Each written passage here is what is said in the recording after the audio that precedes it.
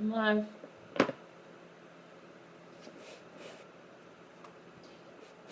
Nothing in a different place.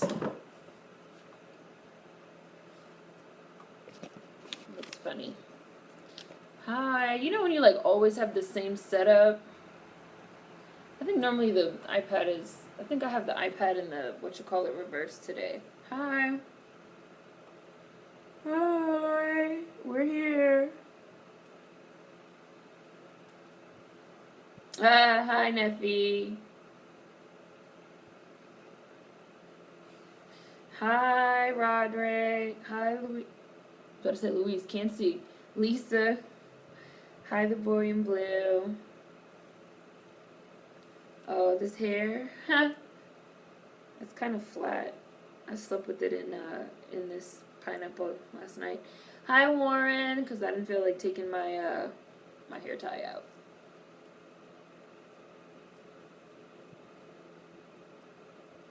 Hi. Clarissa gonna come and be like that I look totally different. Because she always talks about how I look different when my hair's back. Hi, Ebony. Hi, Jessica.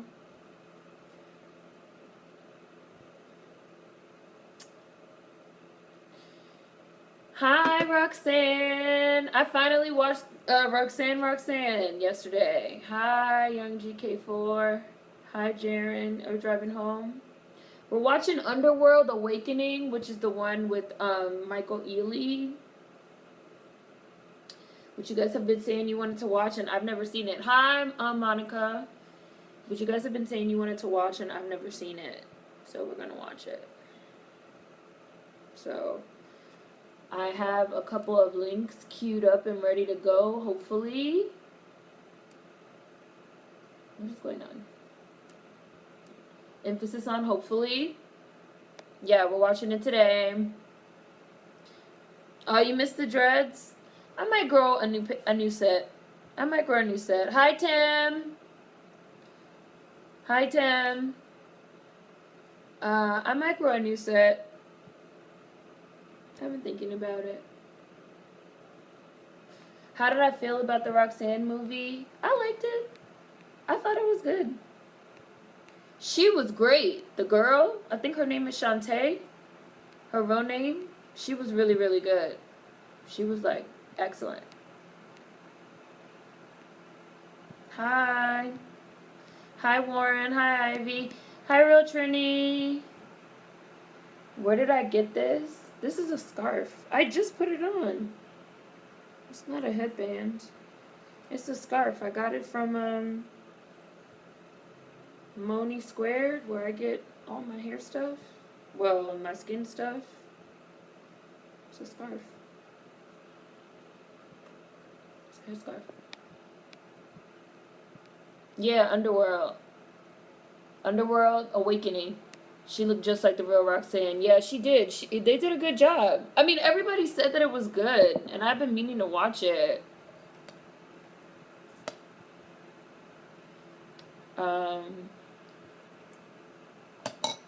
I had cereal today.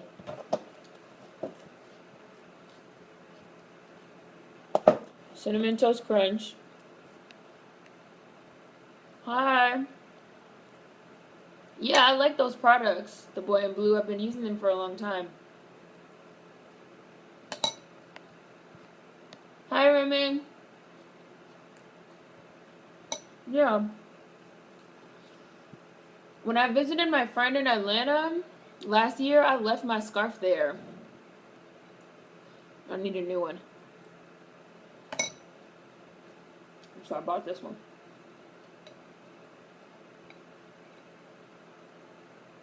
I've seen Underworld. I've seen like the first 2 or 3 of them. I like Underworld. But I never saw this one with Michael Ealy. You said my friend is wearing that scarf right now, right? That's her scarf now, right? Hi, Queen.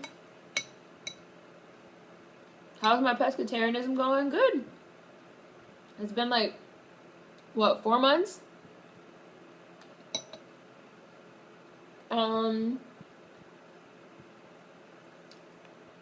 Oh, 2 weeks with no caffeine. Oh, nah. As I reach for my coffee, I stole this mug from the cruise. Y'all.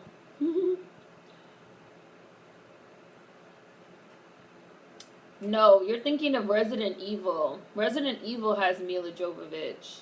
Underworld has, what's her name? Kate Beckinsale? I definitely feel like I have more energy since I've been pescatarian. Like, for sure. For sure. Hi, Ellis. I see you.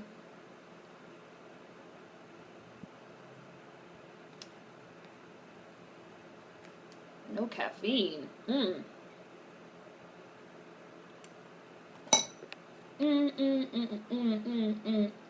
Hi, Kima. You said, do I style my own hair? Yes. I don't really style it. I mean, I don't really do anything to it. I don't, when I have braids and stuff, I don't braid it myself. But other than that, no. Thank you, Kimberly. Is it the third one? Is it the third one? I think it's the third one or the fourth one. That's one reason I'm glad I never started drinking coffee. I hear the withdrawals are torture. Yeah, you get headaches and you're just so tired. 2 weeks without coffee sounds impossible as I have coffee. Exactly. Oh, no, I did have to quit energy drinks too. It's tough, but thanks, I'm powering through. I feel better. Wasn't so much coffee than it was the energy drinks I needed to stop. I had to quit drinking energy drinks. Oh my God, Red Bull. My one true love in life is Red Bull. And I had to quit Red Bull because I was drinking so much and I was having like heart palpitations. I had to quit. I still have one like every now and then. I love Red Bull. It's just something about Red Bull. But I used to drink all the energy drinks. Monster, Red Bull. I used to drink energy vitamin water, the yellow one. But then I had to stop. That's how I started drinking coffee. Was I still wanted caffeine, but I didn't want to drink energy drinks anymore, so I quit and I started drinking coffee. We have not watched Beyond the Lights for Beast Bait, I don't think. No, I don't think so. It used to be on Netflix. I don't know if it's still on there.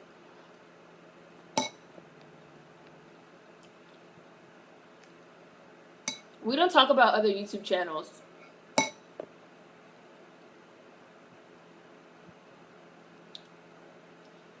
That's considered rude. Did you guys know that? That's considered rude. On YouTube.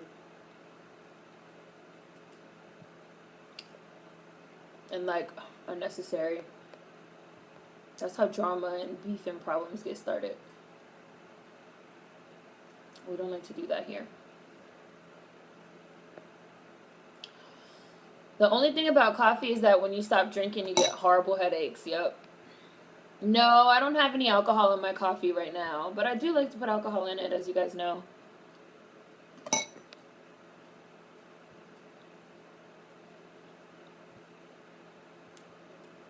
I quit energy drinks, they're OD. I was getting jittery.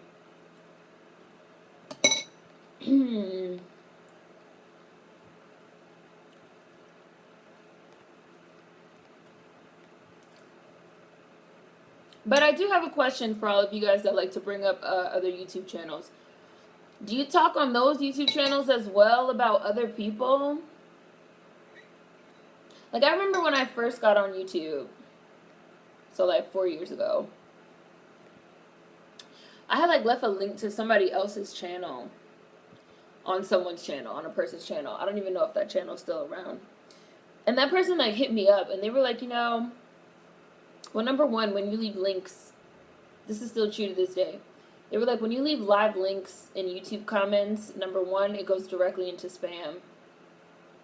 So anytime you guys leave a direct link on a YouTube channel, if they have any type of like comment, whatever you want to call it, enabled, it's going to go into spam.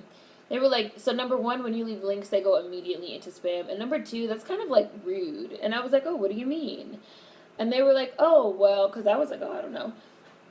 And they were like, well, you know, I worked very hard to like build up my own channel. And, you know, I do things on my channel the way that I want. If I collaborate with people, it's because I want to. And it was kind of just like, oh, it's just like not appropriate to do. And I was like, oh, okay, I get it.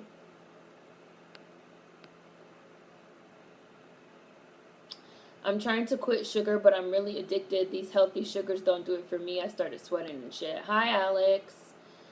Needs to drink a lot of Rockstar. I could only drink a half a Monster. You're not supposed to drink a full can of any energy drink. Man, I used to have 2 big ones every morning. 2 huge Red Bulls, the big ones, every morning. When I was like 13, I went to Georgia. The change in weather messed with my asthma. My dumbass had a Monster and started an asthma attack. And you know what else that person told me? I just remembered. They were like that it's also considered rude because 9 times out of 10, when you like leave a link, when you drop a link in people's comments and stuff, it's to like a bigger channel. So they were like, oh, you like, why don't you like go ask the bigger channel about like supporting me? I'm the smaller channel. And I was like, oh, you know, that's a good point. Never thought about that. But I would never forget that conversation because that person was really, really nice. And it was when I had first got on YouTube. I had like no idea what the rules are. Not that there's like rules, but you know. Alcohol and coffee, yeah. Brandy or rum. Or vodka or whatever you got. Tequila. I didn't drink coffee until I had to be at work at 4 a.m. for the first time. I was like, I need this shit.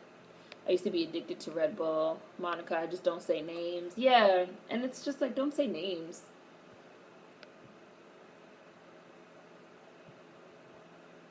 No, I'm not offended or anything. I'm just telling you. And I know that like this is not just like me personally.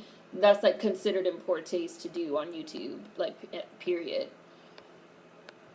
A lot of people ban people who talk about other YouTubers. Yes, it's like considered rude. It's like considered poor YouTube etiquette, especially because like you know, people love drama. So it's like somebody brings up another YouTuber in the comments or in the chat, and then somebody says, this is totally hypothetical. I'm not saying that any of you just did this. And then somebody says like, oh, I hate that person. And then somebody else is like, I love that person. And like now they arguing, and now it's like an argument.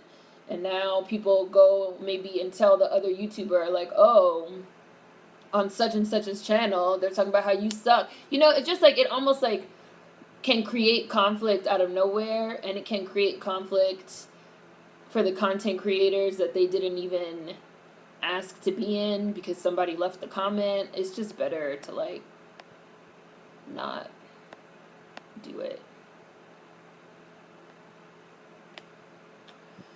YouTube culture is foreign to me. I thought everybody had their own rules set up. Yeah, that's why I said it's not like hardcore rules, but I do know a lot of people generally like stick to that unless they're like drama channels, which is fine. Nothing against drama channels, but just like how Young GK4 said, a lot of people ban people who talk about other YouTubers.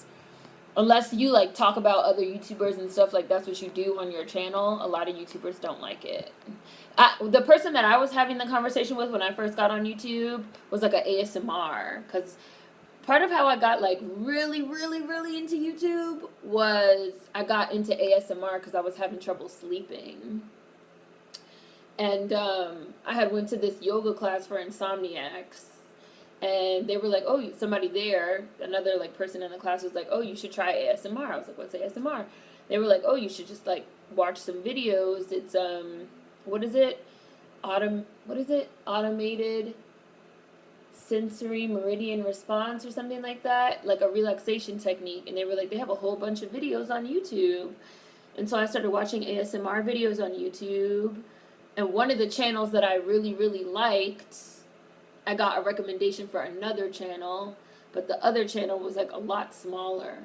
And I don't watch neither one of those channels anymore, but I had left a link to the other channel in the comments of the first channel, and that was the person that hit me up and was like, you know, just so you know, that's kind of considered like rude to do.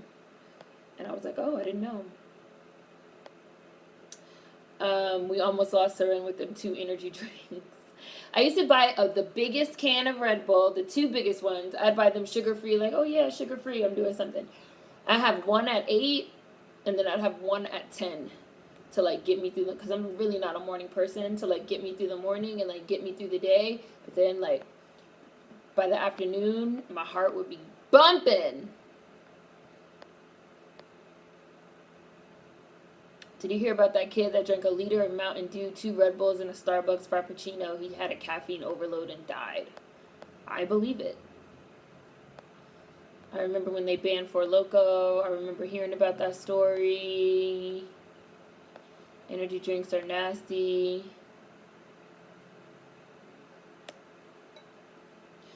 Okay, well, I have a question for you, Aaron. Have you asked any of those channels to check me out as well? Is this a two-way street? Is it reciprocity? Because I think what most YouTubers are getting at about it being rude is that it's almost like you're using the smaller platform as advertising and a piggyback for a larger platform, and is that appropriate? Do you get what I'm saying? That's sort of what the girl said to me about the ASMR thing. And for the record, I have seen those channels. They're not for me personally. I've seen them like years ago. Nothing recent. But kudos to everybody that's doing their thing on YouTube.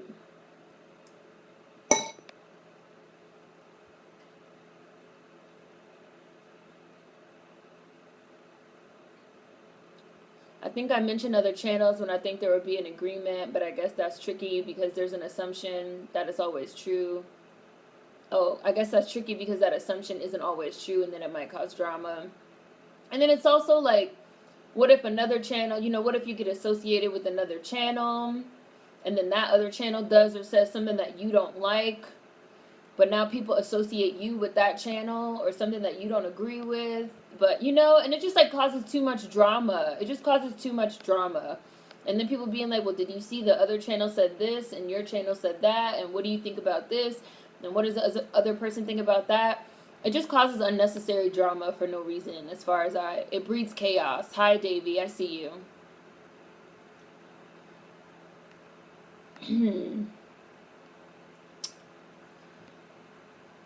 Hi, Yumi.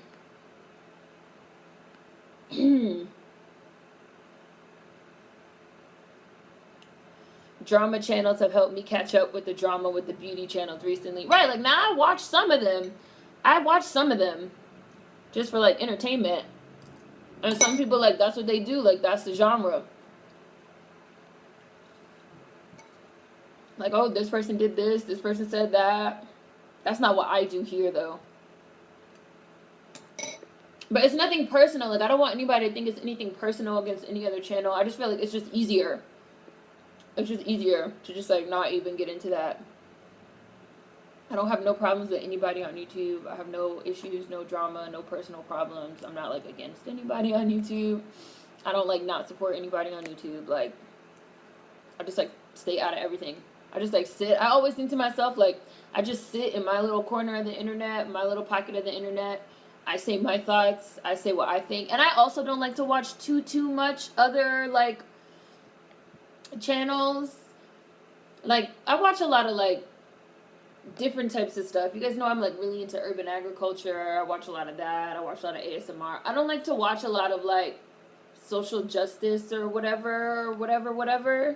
Because I don't want to get influenced either. I don't like to watch anything that I feel like is going to influence me or influence my ideas.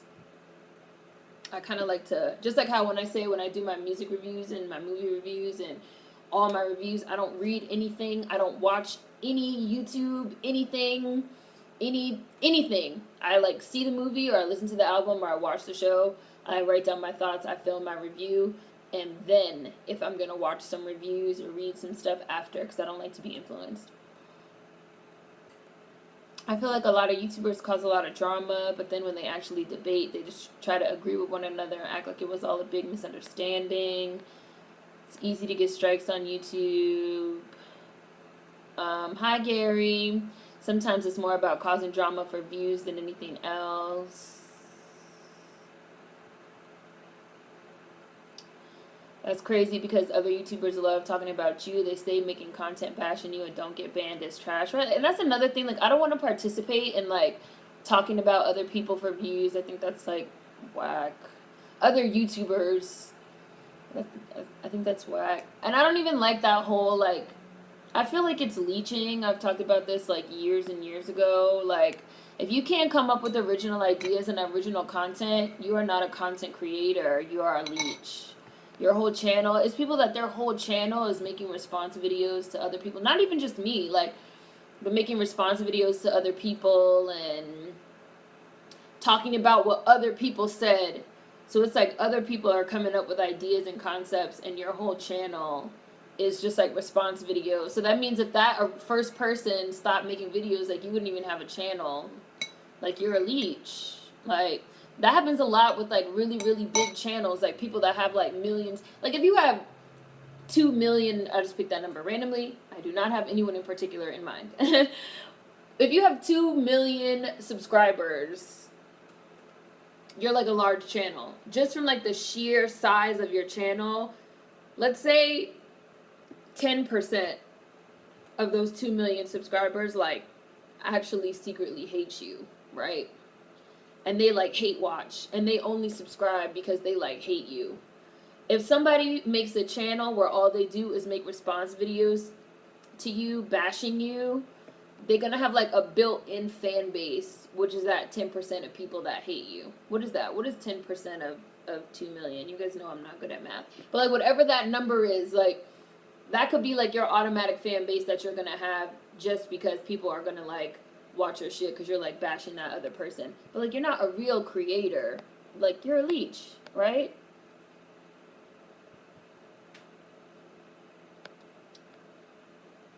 I'm not a morning person at all, but I can't do energy drinks. I like makeup drama channels, but I don't wear or buy makeup. Right. I be watching the makeup channels, but I don't wear makeup. And they be like talking about what's going on, and I just be like, I'd be like, yes, talk about it. If I have to drink an energy drink, I do half in the morning, half in the afternoon. No, that's not weird, real Trini. I'm a tea person, no coffee, no energy drinks. Yes, I really agree about the unfair power dynamic. I watch Get Ready With Me videos, and I don't wear makeup nor have hair. I can't have tea unless it's drowned with honey and tastes like hot water. If not, I love tea. True, when you think about it that way, it could be considered rude. Hi, Richie. Hi, Divine Wings Lifted. Hi, Cherry. I see you.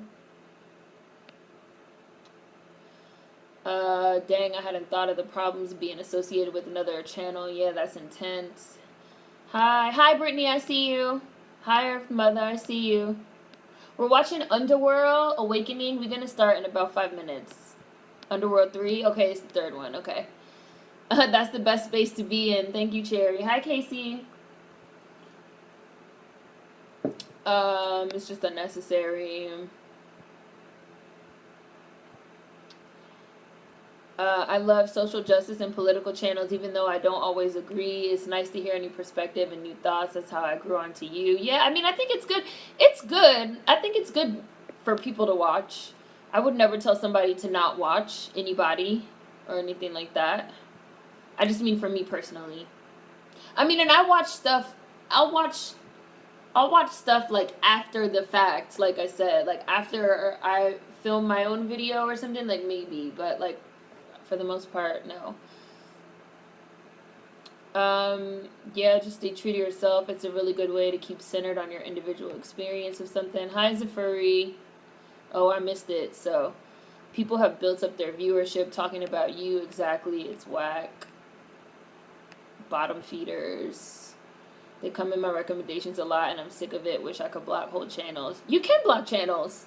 You can block channels. You have to go to the channel, go to the About page, hit on the little flag. A drop-down menu will appear. It will say block the channel, and the whole channel will go away. Also, if you guys see stuff like that, you can also report it, like, if you want. People that are using my content and stuff, like, you could report it. It's wild. Some people literally have your name in the title of their video. Yeah, because they know that that's going to bring in views. So, but like I said, you guys can always report it if you want. But like I said, it doesn't really bother me either because I just sit here and I just do me. And what can I do? Like, what could be done? Too much energy and hate watch. Hate watch is weird. Hi, bees, newbies. Rules of ye old bees bake. Thou shalt. Every time these get better and better. Thou shalt not coon, troll, spam, or disrespect. Thou shalt readeth the room, then comment, or thou shalt be banned by the mods. Welcome in. There's a difference between being a content creator and making a response video.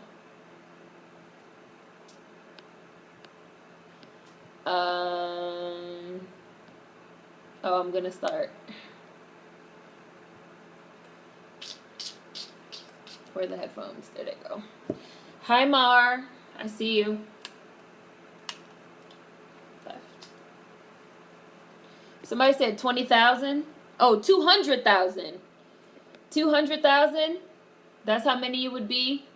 So, right. So, if somebody has 2 million subscribers and 10% of them are really haters, and somebody makes a hate channel and they get access to that 10%, that's 200,000 automatic fans just because those people hate that other person. Like, it's an easy way. It's like easy money.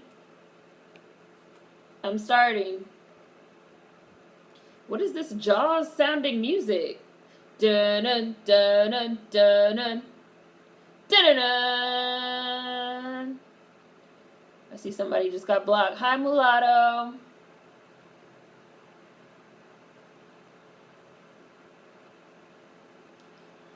Yeah, people somehow forget about the fact that the bigger you get, the more you have to compromise.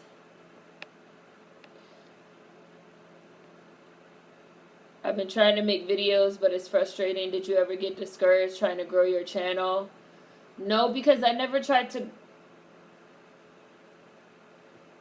Sorry, she's giving the monologue. No, because I never tried to grow my channel. I don't mean that in like a mean way or anything, but I just started doing videos because I was like really, really mad. Like I was like really angry all the time. And I needed an outlet. And like my whole first year on YouTube, like my videos weren't monetized. There was no type of comment moderation. Like I wasn't trying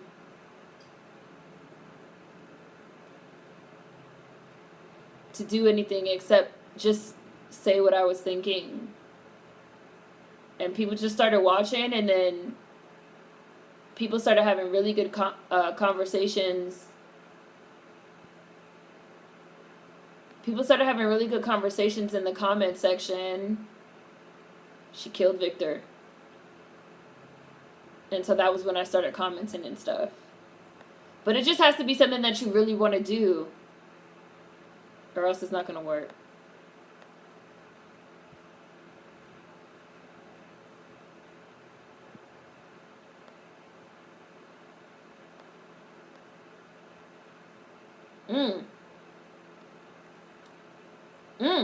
Yeah, I never saw this one. This is like almost some zombie shit.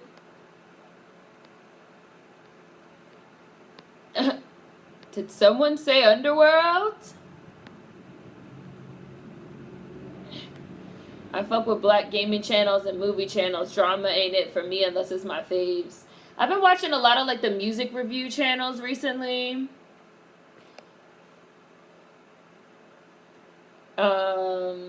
And like lifestyle. Travel. Underworld, yes. Martial law was declared.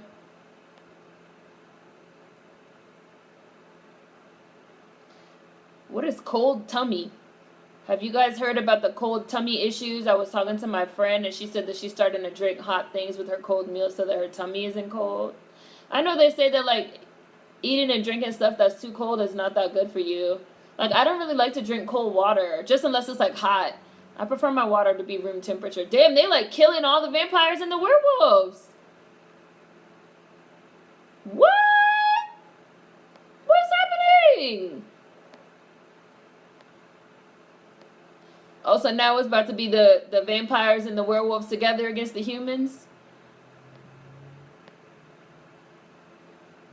I'll be reporting it. I'm about to be a professional internet snitch out here. I blocked someone's channel yesterday. I see you, Vanity. You're welcome, Just Nickel. Now I'm going to report their videos if they get out of line. Hi, Kimberly.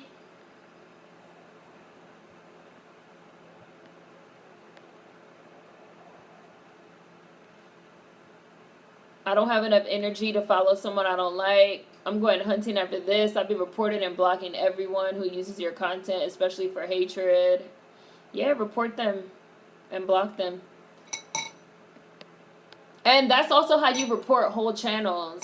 If you hit the flag, the drop-down menu, when the drop-down menu appears, it will say like block channel, report channel. You can report individual videos. You can report individual comments. YouTube is probably one of the best platforms for reporting shit. I'm not even gonna front.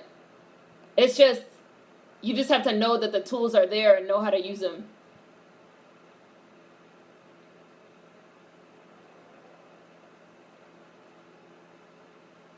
I'm not even gonna watch the movie. I'm just here to have something to listen to while cooking. I'm really intimate. Ooh. Kate Beckinsale be, oh my God. She be beating everybody's ass. She's obviously modeled after Trinity from The Matrix. She stabbed him with the gun. It's because vampires have like super strength, right? I'm really into mythology and horror channels and makeup drama channels. Oh, somebody did super chat. I haven't gotten to it yet, but thank you. Certain shows are still alive because of hate watchers watching things they hate just so they can write hate think pieces. Woo! Walking Dead. Lord, yes. The white supremacists flag people's channels all the time. They sure do. I don't watch anybody who doesn't reflect my values. I don't hate watch content for shit. People link me stuff all the time and I'm like, ha, no.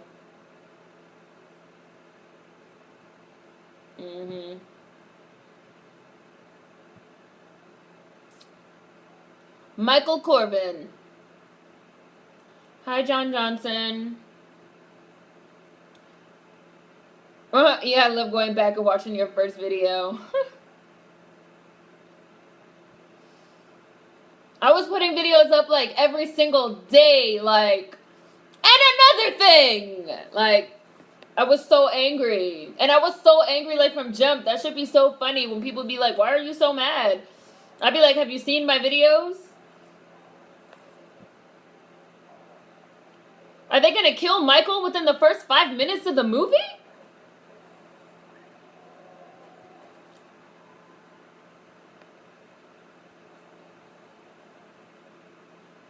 Wow. Wow. Look.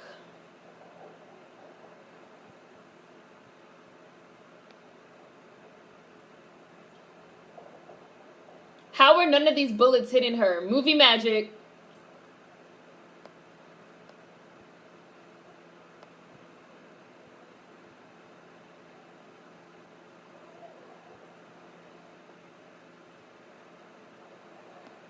Wow. I'm watching the third one, Rise of the Lycans. No, it's not Rise of the Lycans. It's Awakening. So this is not the third one. It's Underworld Awakening.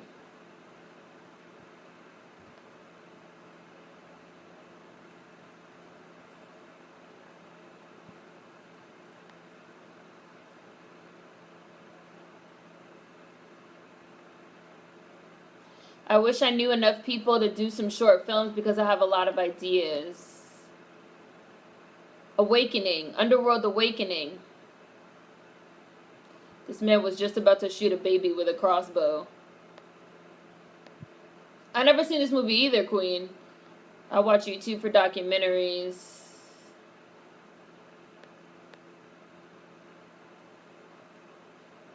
I never watched Blood Wars. People kept telling me it was worse than the fourth one. I didn't think that was possible.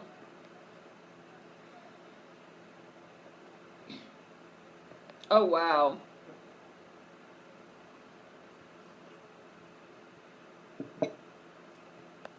Is she in some ice?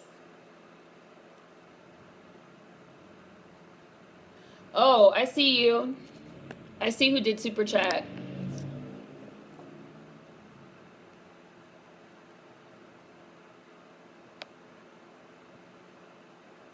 If you're still watching, after it's over, I will find you.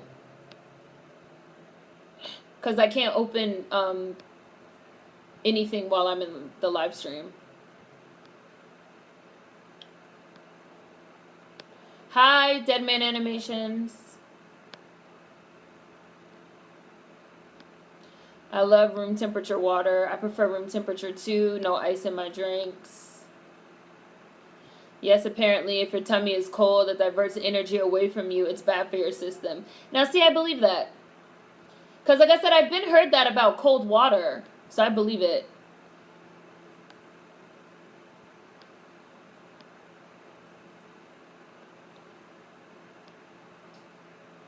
Perfect. I see you, Dean Cole. A House Divided. We could watch that. I report comments. Didn't know I could report whole channels. I report toxic folks all the time on YouTube.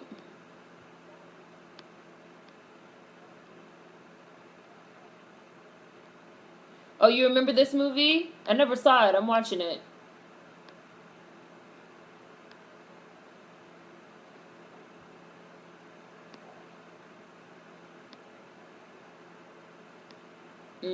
The first Underworld, though, is my favorite one. Just for me personally, I'm not going to say it's the best one, but that's my favorite one. Like, I just really like that one.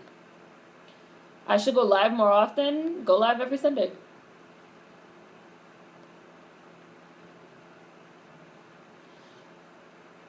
I wanted Kate Beckinsale as Batman, but they cast Anne Hathaway. No shade. I like Anne Hathaway too, but Kate would have been better. I thought Kate was I thought Anne Hathaway was horrible as Catwoman. And I thought that was a horrible casting decision. Oh my God! He fucking stabbed her. Why would you do that? Oh my God! She broke his arm. Woo! She killed him. I mean, he was asking for it.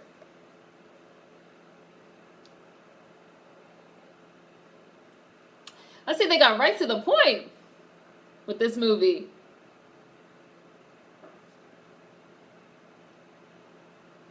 She stabbed the shit out of him. She stabbed him in the head. She about to stab all these people. Wow. Like, I would not want to fight with she's a vampire. Like, vampires have super strength and they're, like, super strong. Like, just because you have a gun does not mean you're going to be able to go toe-to-toe with a vampire. What time am I at? 12 minutes and 12 seconds exactly.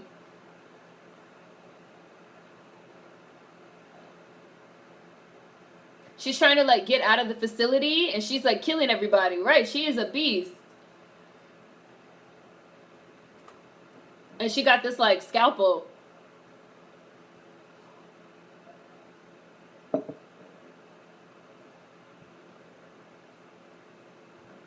She be doing a lot of jumping off of shit. Damn, she hit that truck kind of hard. How did the truck driver not hear that and stop? She just hit that truck hard as fuck. I'd be like, what was that bump? That was a good scene. That was a good opening. What is the point of hate watching? Vampires are an overrated fantasy creature. How we even watched this was because we were talking about what was better, vampires or werewolves, and people were saying which one they like more, and then somebody was like, oh, we should watch Underworld with Michael Ealy, and I was like, they did an Underworld with Michael Ealy? And now we're watching it. I saw it. I was late, but I saw it. Oh, wow. Did he just shoot her in the head?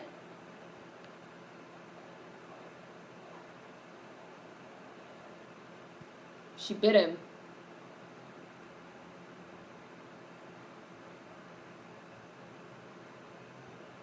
Yeah, shooting a vampire in the head's not gonna kill them. You have to expose them to sunlight or cut their head off. I want witches in Underworld. Black witches. My good sis was mad. They used a double. Yeah, I was furious. I was furious. I mean, I still am. But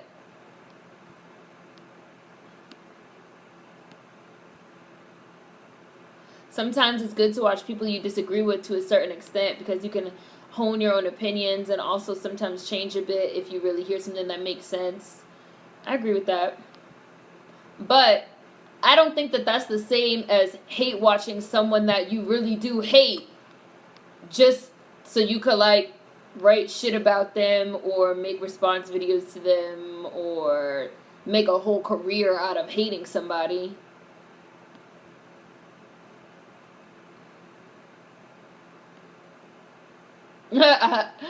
Just Nickel and Seren, I wouldn't recommend you a film for Beast Bake that did black people like that.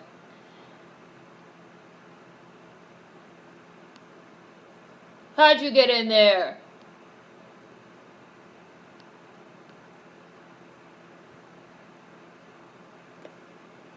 Oh yeah, I'm at 15:10 now, Roxanne. Right, who's trying to do some short films? Y'all should start talking about that. Networking.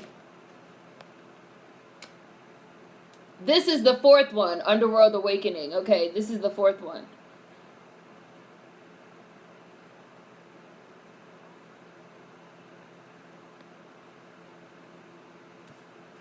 Oh, you're behind. I'm at 15:35 now. The Lycans in this movie die like stormtroopers. Hi.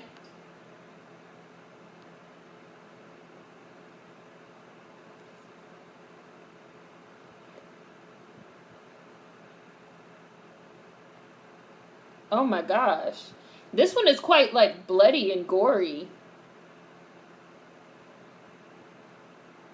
Wait, but, like, I eat ice regularly. You probably have that pica shit. My aunt eats ice 24/7. She loves that Blue Wolf Boy so much. I do really like these movies, to be honest. Hi, Razy Crandom Girl. Yeah, we watch Underworld. The first Underworld is a classic, but Rise of the Lycans is amazing also. Oh, there go Michael Ealy. Ah! You don't know that. Oh my god. Oh!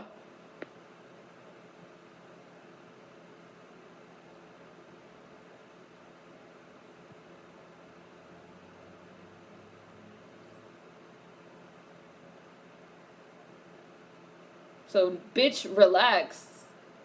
Right. Question me less until you know a bit more, you bitch-ass white boy. I already approve. He put him in check real quick. The vampires are super strong and fast in Underworld. Seren is shook. I was like, oh my god.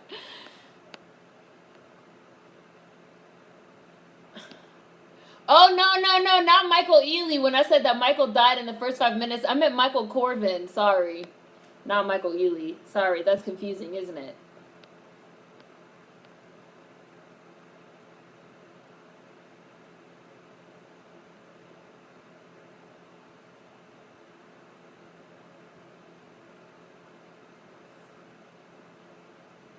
Who's in charge here? There is a lot of jumping and stabbing in this movie. Vampires are the best. Depends on the vampire. That scene from the first Underworld where we see Lucian is pushing out the silver bullets from his skin is one of my favorite scenes from an action movie. That is a good scene. There are some really good scenes in the first Underworld. I love everything with Victor when he wakes up. The whole scene on the train in the first Underworld is great. Every time I see Love Actually, I be like, there go Victor. I feel it in my fingers. I feel it in my toes.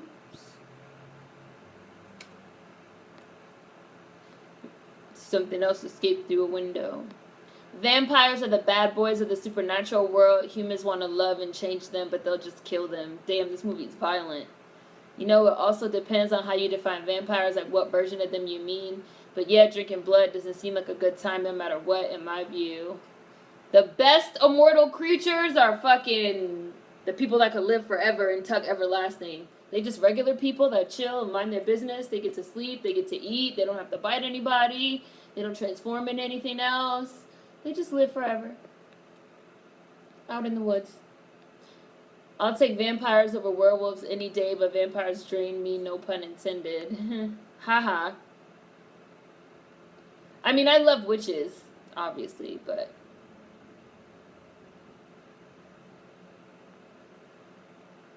I don't believe in hate watching. That's some unhealthy shit. I want a movie about black mermaids. Hi, soybeans. Riding on the coattails of another YouTuber to get your own clout isn't being a legit YouTuber. Gary said, I want to star in a horror film. Hi, Danye. Somebody was talking about making one. You got some people here that want to be in your movie? Oh, my God. She kicked the shit out of that door.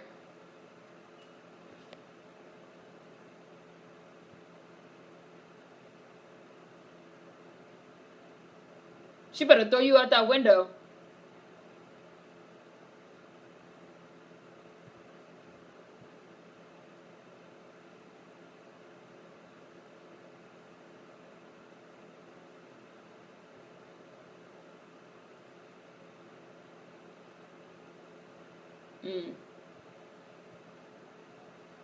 Yeah, this movie ramps up the violence. Oh my God, she about to kill you! I love how ruthless she is. She's ruthless as fuck in every single movie. So who are the filmmakers in here?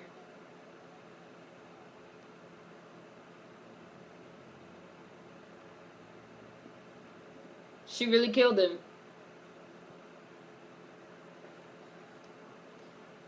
Damn.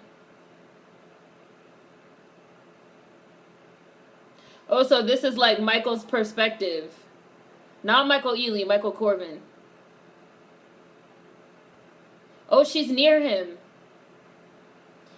Yeah, witches and maybe some more harpies and more mermaids who are actually empowered and intense. Eating ice is also a sign of low iron levels. My mom munches on uncooked rice. Good Lord, he fine. Talk about Michael Ealy. I just sighed. I'm down with black mermaids.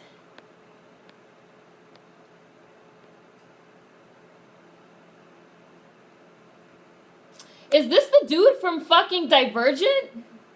In this shit? That's the dude from Divergent. That's definitely him. I remember watching the first movie. It was awesome. I'm gonna always have a soft spot for Michael Ealy for his playing T-Kate. That kiss him and Hallie had, baby. This is gonna sound hella weird, but I munch on uncooked spaghetti.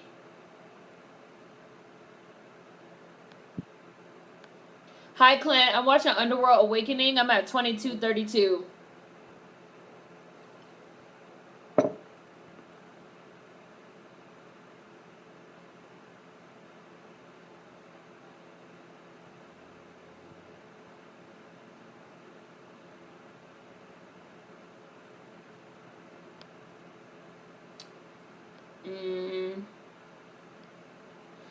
Vlad Todd? I've never heard of that. What is that? Screenshot. What is that? You never seen any of these movies, Raise You Random Girl? They're kind of, I feel like these Underworld movies are kind of underrated. They kind of have a bad rep, but they're not, some of them are, a couple of them are, but they're not all terrible. The first one is quite good, and this one I'm watching now is alright. Vampire versus werewolf movies rarely disappoint me. The trope requires good storytelling. Vampires always be jumping around using super strength. Underworld is lit. We need more black sci-fi and fantasy films, horror movies too. The Water Phoenix, about a black mermaid. The Water Phoenix. Can I be the killer in the horror film? I want a dragon movie, like a black dragon. The Trinity, Underworld, Eon Flux, and Ultraviolet. Solid. All of which are based around Trinity and the Matrix. Visually, in my opinion. The visual style. This one is, Underworld is quite dark though. Who this little girl? Who this little Renesmee in the face? Team Werewolf. I used to love that book when I was a kid. Tuck Everlasting. I love that book too.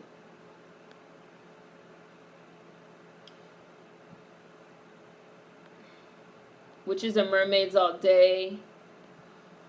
I want to see an all-black version of The Craft. Yeah, it took Everlasting. People did have it good, although I feel like that book was supposed to be about how immortality is not great. No, it is. But I still feel like it has its upsides. No. Yeah, the book is. It's supposed to be about how immortality is, like, whack. And how they sort of got it accidentally. Because, you know, they, like, drank from the river, the stream, and they didn't know. Like, they didn't know. And then they, like, you know, they fall in love with people, and the people die, and I forget how it ended though. Did she drink? Did she drink it, or did she stay human?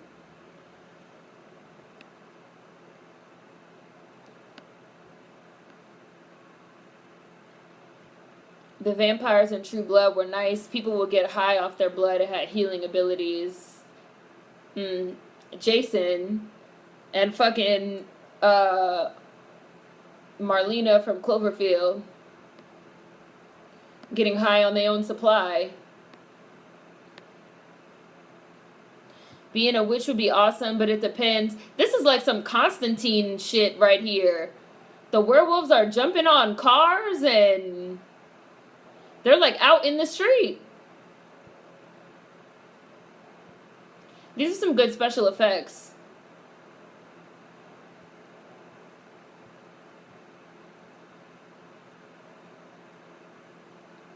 These werewolves are humongous.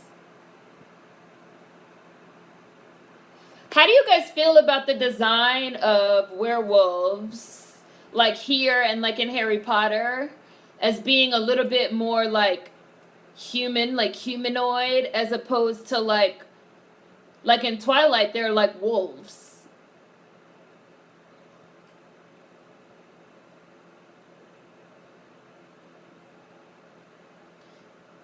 Oh, it bit the little girl. How did it not bite her whole head off? His mouth was like this big.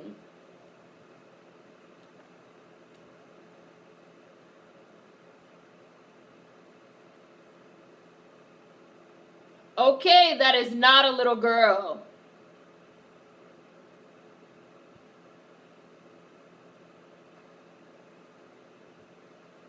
Wow.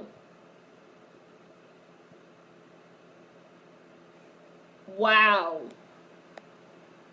She ripped his head off. Wow.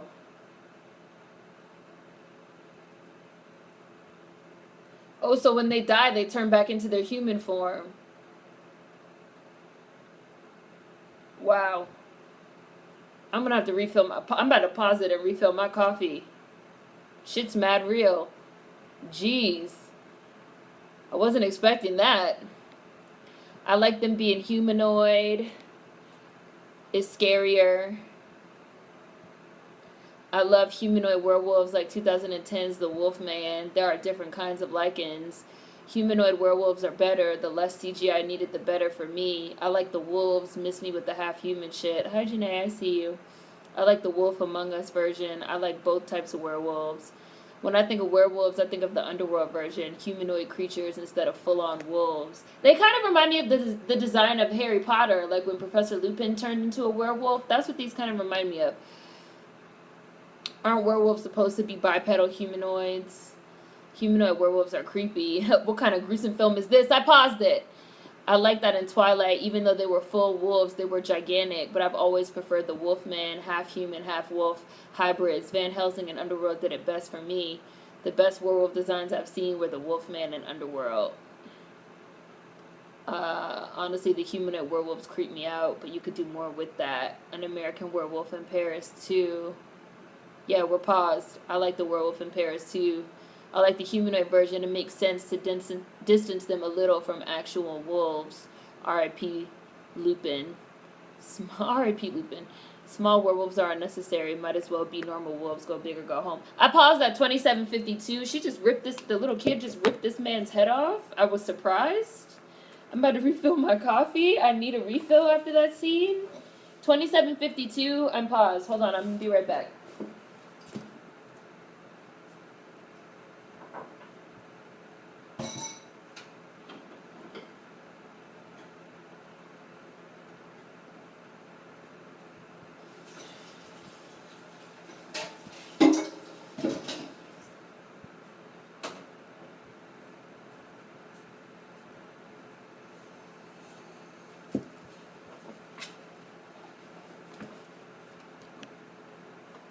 Alright. Wow. I wasn't really expecting it to be this gruesome. Yeah, she like ripped it in half. Surprised.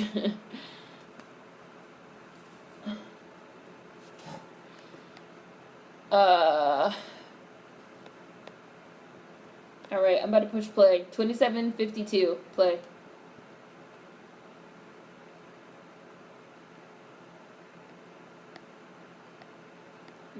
Let me see. There go Michael Ealy again. He's trying to figure out what's going on. Detective. Oh, he got pictures of Kate Beckinsale.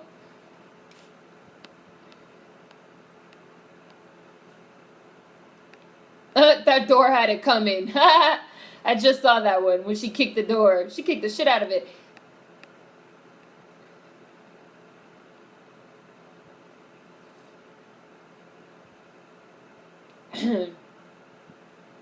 So it was messing around with little kids too, huh?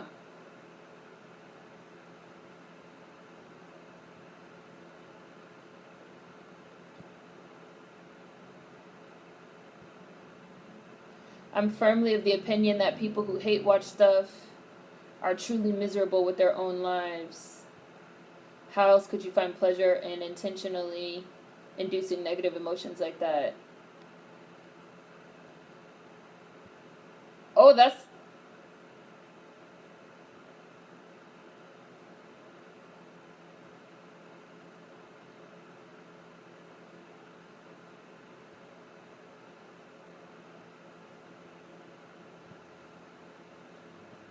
What?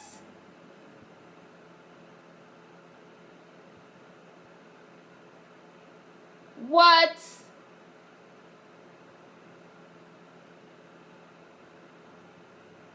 So this is Kate Beckinsale's kid? Is this really Kate Beckinsale's kid?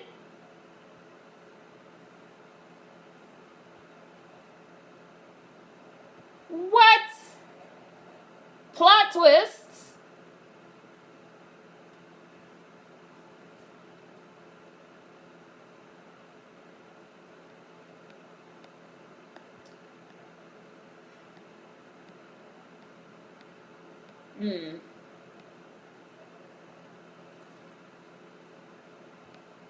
Oh, that's what you want to be, a Hannibal type killer, but without the cannibalism, Gary? That's what you want to be in a movie? We got some Dexters up in here. I mean, if I thought I could kill people and get away with it, I might do it. I'm not even going to lie to you. I love Dexter. I also quite enjoyed Daredevil. And Daredevil really enjoyed beating the shit out of people. I like the Punisher, too. I haven't seen that one episode of the Hannibal TV series. You guys liked it? So it is the guy from Divergent.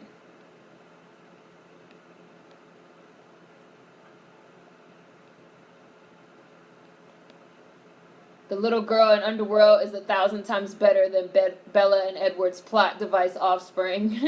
We already talked about how that little girl shouldn't even exist because Edward is fucking dead. Like, it made no sense whatsoever. Who is rooting for the werewolves to win all the Underworld franchise? Me! I always felt like with vampires versus werewolves, there was an undertone of like white people versus black people. Like the werewolves are the black people and the vampires are the white people. I always have been on the side of the werewolves. I like vampires too, though. In terms of like supernatural creatures.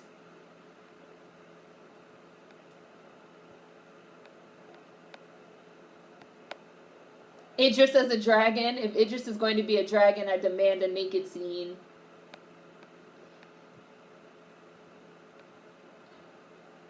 Makes more sense to be humanoid than just a straight up wolf. Only reason I lean towards the werewolves in Underworld is because they used to be slaves and now they want payback. I definitely agree with that. Right, like they were the slaves of the vampires. Like I definitely feel like there's a little bit of that type of undertone.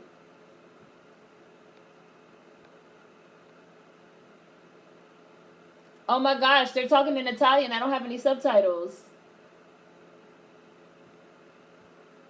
Oh well. No reason. Those people deserve to die, old man.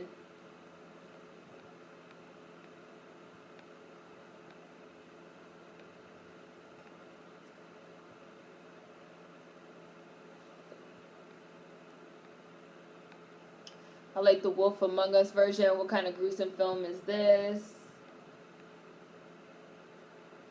An American Werewolf in Paris. That's a lot of blood. Oh my god.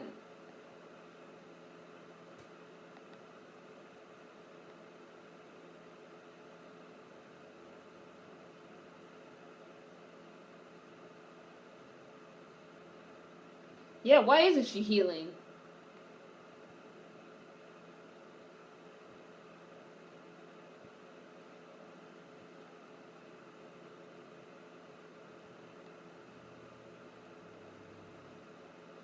Oh, she doesn't drink blood. I think the 2005 Van Helsing movie with the Wolverine actor had the werewolves on point.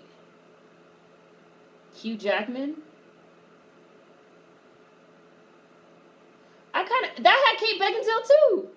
I just watched it the other day. They have it on Netflix. I just watched it the other day, like 2 days ago. Because I kind of feel like that Van Helsing movie is underrated. Because I remember when it came out, everybody called it corny and cheesy and made fun of it. But it's really not a bad movie. Werewolf in London was a gross transformation scene. Pours out fire with whiskey for Lupin. Oh my god, that bite mark really looks disgusting.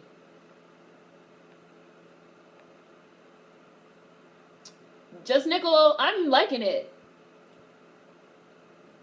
So when are we gonna make that Idris Elba dragon movie? What's up with their eye?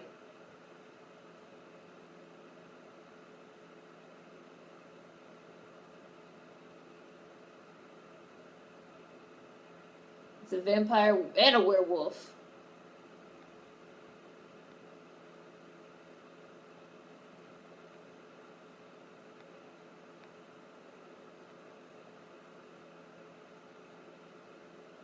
Anyone else who has seen this movie excited for Ren's response to the reveals? Well, don't spoil it now. The CGI is so good in this movie. Supernatural children is always a terrifying concept for me. Why? What something about that you like find creepy in particular? Well, thank you. I don't know how I got here, but I appreciate your natural hair. Thank you. Oh, so it is her daughter. Did they really kill Michael? They really killed Michael Corvin? Don't tell me if y'all have seen it.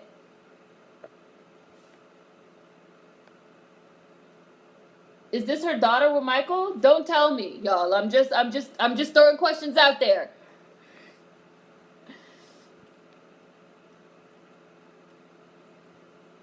Hate watching seems like a sign of escapism from your own problems, so you watch others get taken down. They need therapy. Oh, so it is. Underworld like-it transformations are amazing. We should do a monthly small writing battle, all fun. We could do that. You guys want to do that? Y'all should do it. And share it in the chat. We get together every Sunday, so y'all could share what you're working on every Sunday.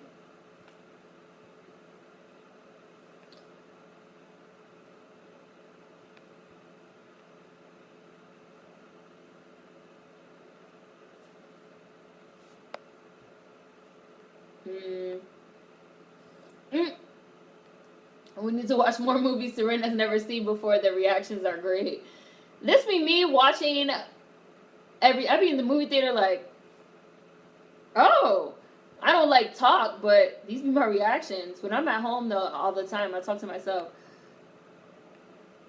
Time check, 37:17.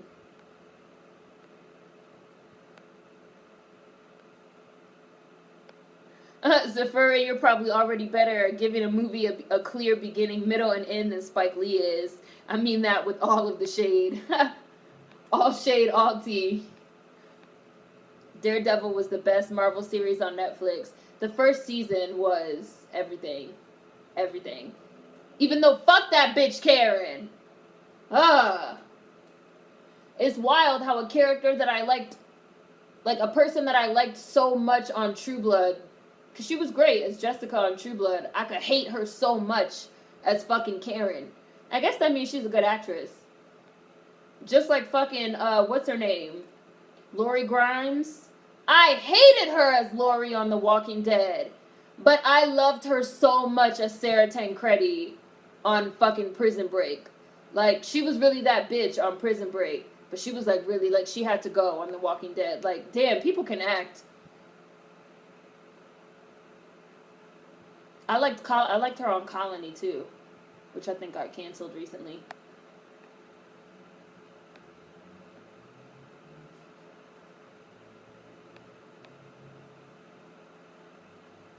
I didn't see Logan.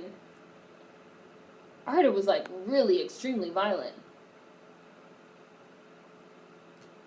Oh, you're right, just Nickel. Agent Ross and Agent James, we're just kidding. We're not really. We're just kidding.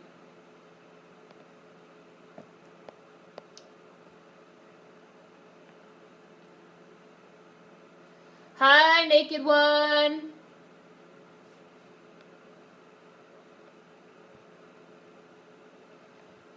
I mean, how many people do you think there are walking around who are only alive because killing them is illegal? I bet it's a lot.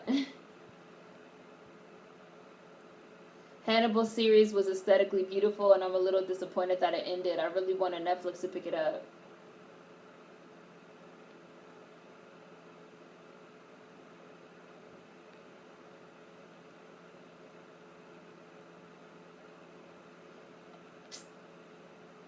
This old man is a hater.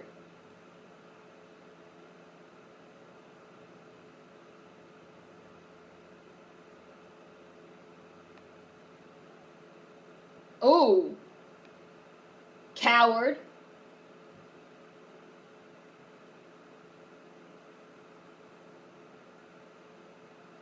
My man got an overbite. I like vampires that realistically act their age. If they're 200, I get mad if they act 15, even if they look 15. Oh, yeah, you missed it. When we watched Hoodlum, yup. That's what kills me with Spike. He has shitty story structure. His movies don't always do extremely well. And folks say he gets snubbed, but I feel like he makes bad movies. I feel like Spike Lee is very hit or miss. Spike Lee is the type of filmmaker that he'll make 5 movies. And out of those 5 movies, 2 of them will be good. And 3 of them will be bad. But the 2 movies that are good are so good. Like there's no in between with Spike. Either like the movies are bad or the movies are like so good. I mean, and I guess, you know, there's something to say for that type of filmmaking, that type of artistry, you know, it's just, it's hit or miss.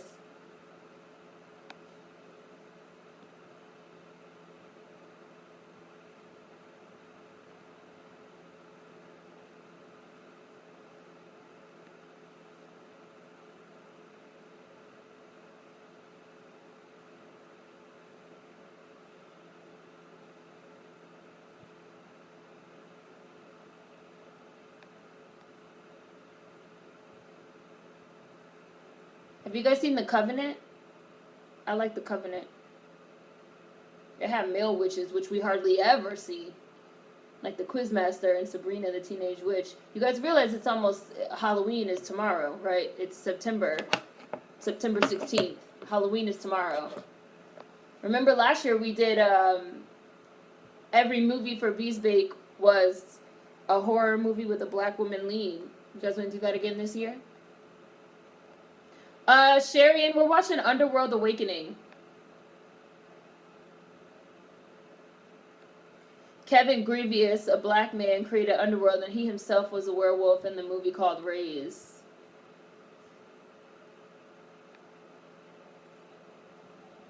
I have never seen the dude from Divergent in another movie. I'm so surprised. 4?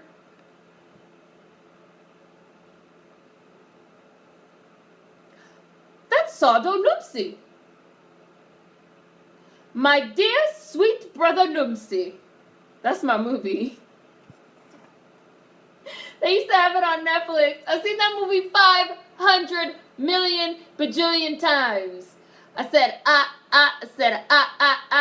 want the knife. I want the knife. Please. If you haven't seen The Golden Child, I have nothing to give you. That's my movie. Razy Crandom Girl, I know you've seen it. Vanity's Mirror said Golden Child is lit. That's my movie right there. It's no ground in here. That's my movie. I low-key, I mean, it's hard. It's a hard choice. When people be like, oh, what movie do I like more? The Golden Child or like Coming to America? It's hard. It's tough. It's hard.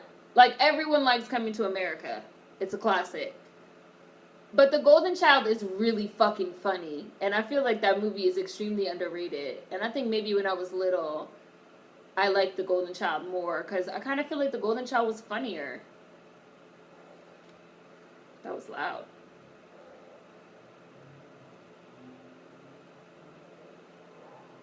Oh, these lichens are big. They're bigger than the other ones. They look hairier also.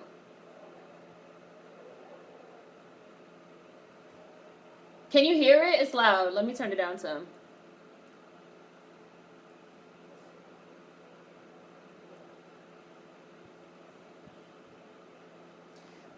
The Golden Child was so weird, the dragon lady, and them trying to get the boy to drink blood. I mean, the Golden Child had like some interesting, bye Real Trini. The Golden Child had like some really interesting like themes. About, yeah, like about how evil, like, because they were evil. They were trying to get him to ingest blood so that they could like corrupt him. Because they couldn't corrupt him unless he like ate the blood. But he knew that they had the blood in the oatmeal. Eddie Murphy was like, why is there blood in the oatmeal? So he was like eating one leaf at a time to like sustain himself. He was like astral projecting outside of his body and going to visit Eddie Murphy. It was like a lot of shit going on in that movie. I like the supernatural aspect of it because I like supernatural shit. Never saw The Golden Child? Oh, man. Oh, okay, 4. And you know Sado Numsi had to stop himself from laughing in his scene with Eddie. Really? Like in real life? I'm sure that whole scene in the airport was improvised. It had to be. It's my sweet brother Numsi. Viva Nepal! Viva Nepal! That shit was funny. Nepal! Nepal! I have stolen from my brother. I deserve to be arrested. He's like, I'm going to be arrested. And this is what they're going to do. They're going to put me in a little room. And they're going to put the knife in a little room. And you're never going to get it. I was like, yo, Eddie Murphy, sarcasm is on 1,000. Damn, they bit the shit out of 4.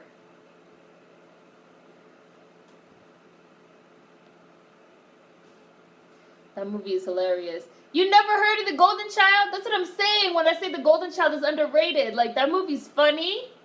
It is hilarious. Like, that's my fucking movie.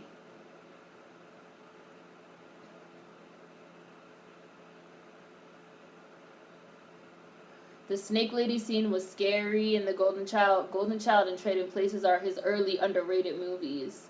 Which is funny because there's like a little nod to Trading Places and Coming to America. That whole scene with the fucking Mortimer, I'm still mad at you, Randolph. Like, that whole thing, that is a nod to Trading Places.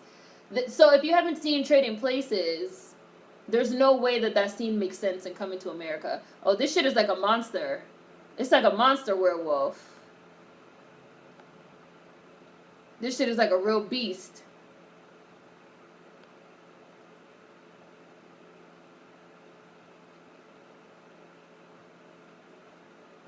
Run, Kate Beckinsale, run! Hi, Dominique. Oh my god, she threw the shit out of her. Hi, Alexia.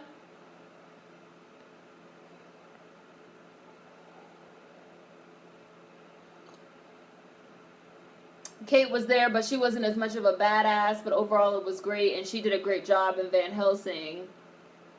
Hi, Butterfly, thank you. She's Michael and Selena's kid, so she's both. Celine's kid, so she's both.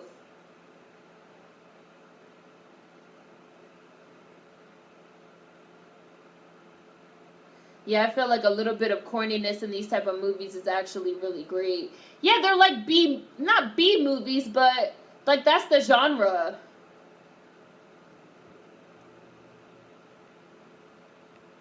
Children in general are creepy. Add them to being supernatural. Children are scary enough without powers. Okay, so y'all don't like children because children have low impulse control. Oh, look at all these dead people. The alpha werewolf mutant in this movie, though. I think that's what I just saw. That part. Body horror always makes my skin crawl. My haphazard work schedule is killing me. Oh, sorry, Zafuri. I really like Village of the Damned. Bye, soybeans.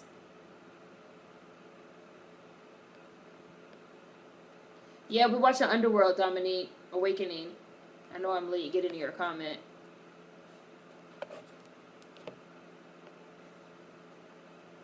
Oh, they took her. They kidnapped the little girl.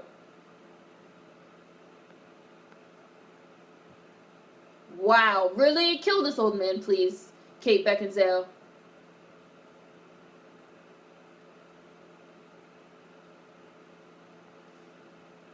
I haven't seen They Live.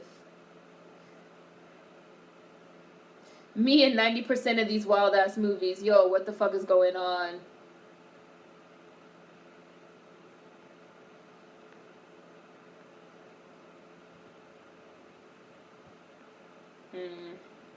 I'm a talker during the movies. I talk in movie theaters and all that. Wow! 4 from Divergent died! Oh, that's corny.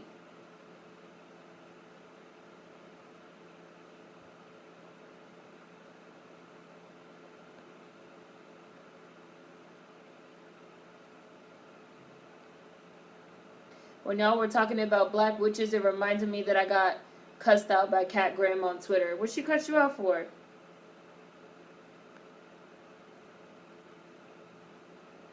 I talk all throughout most things I watch, even at home. That's why I do it mostly solo.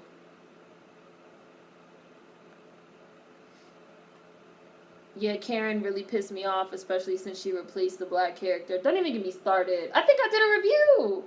I did a review of the first season of Daredevil. Oh, I went off. I went off on that Ben shit.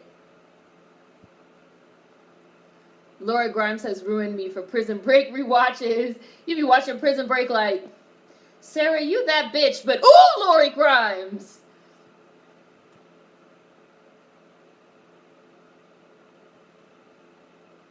And you just gave him over, you dumbass old dude.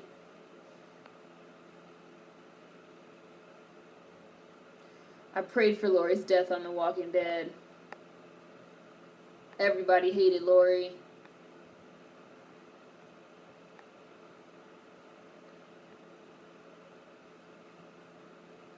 Oh, is she gonna bring him back? Is she gonna bring him back? I mean, like, they are vampires. Like, they are already dead. Like, they should be able to come back. So true. It's all about the writing. A good actor can always bring it. She put her hand inside this man's chest and grabbed his heart. And they are really showing it. And she is pumping it. And they are really showing it.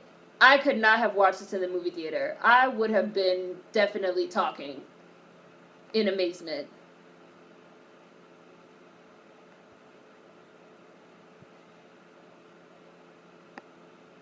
Logan film was alright. Logan was good, but it was really sad. I won't spoil anything. Logan was amazing. I only saw Logan once. My heart couldn't take more. I'm going to see Predator tomorrow night in A Simple Favor. I can't believe that Blake Lively is still doing movies. How? Every movie she's in flops, but she keeps getting movies. How? It has to be because she's married to Ryan Reynolds. He has to be pulling strings for her. That's just the only explanation.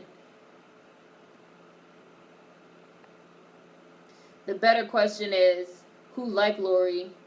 Oh, I see, Ace the Furry. I see why she blocked you. I see it. There go Michael Ealy. I like this coat he got on. The better question is, who liked Lori other than Shane, Carl, and Rick?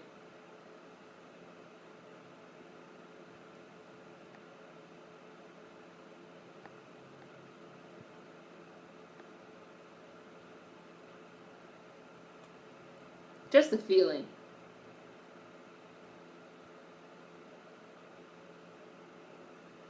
It's really not the place for this.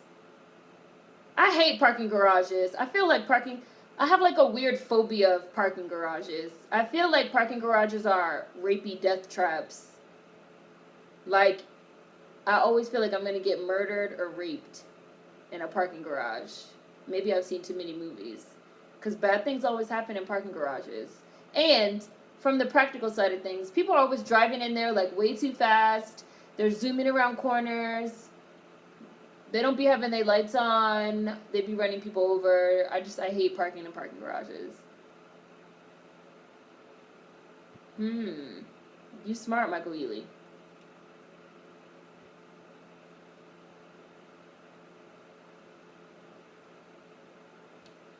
For some reason, I thought of Spike's film, The Sweet Blood of Jesus. I know we side-eyed Spike, but that film was interesting. It was pretty good. That was like a black vampire movie. It was like The Sweet Blood of Jesus was good. Chirac was horrible.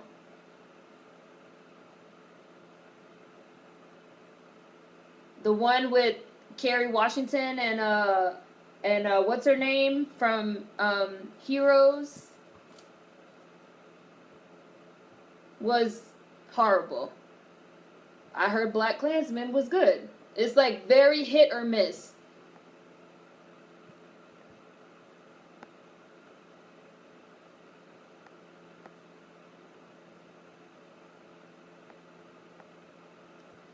Crooklyn was my favorite film for a long time. That's my favorite Spike Lee movie. I wish the next Underworld movie would use the CG artists that created the prison dogs in the Riddick movies. Those would make great werewolves. You know, this movie, Underworld Awakening, kind of reminds me of,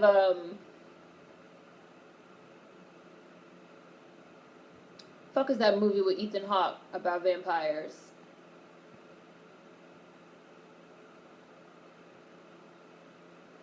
And it also had the Green Goblin from the first Spider-Man. Fuck's the name of that movie? Daybreakers?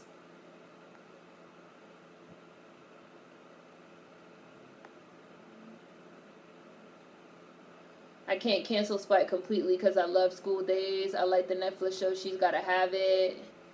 Has anyone seen Black Girl in Paris with Tracy Higgins and Soraya Abrahams? I haven't seen it.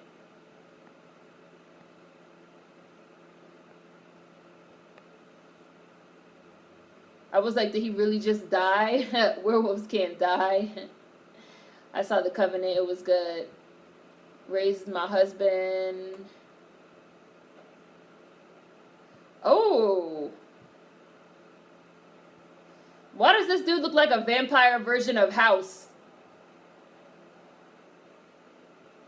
Damn, he snapped her neck.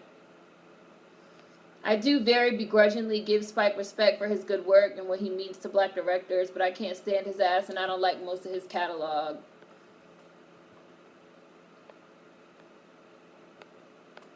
Alright, we'll do it for Halloween again.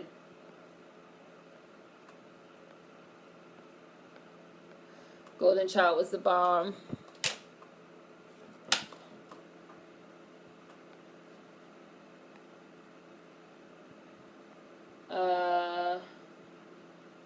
We had the Golden Child on VHS when I was a kid. We had it too.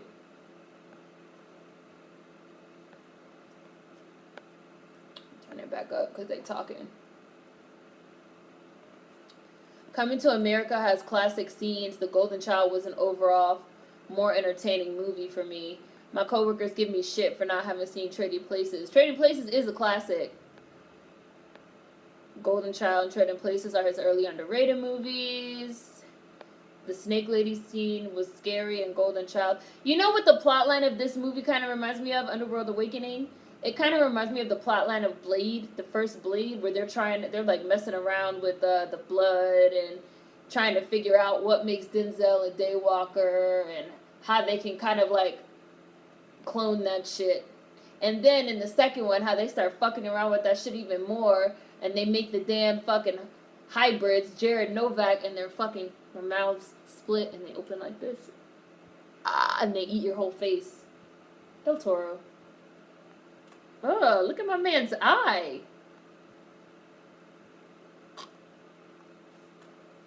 Oh my god, he put the needle in his eye. Ugh.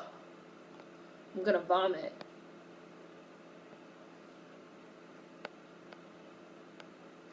Vampire in Brooklyn. Hi, Pinkle Monday. Vampire in Brooklyn is the closest thing to me liking the vampire genre. Hannibal is extremely underrated. The visuals are insane. Definite recommendation. Everyone I know that's watched it has liked it.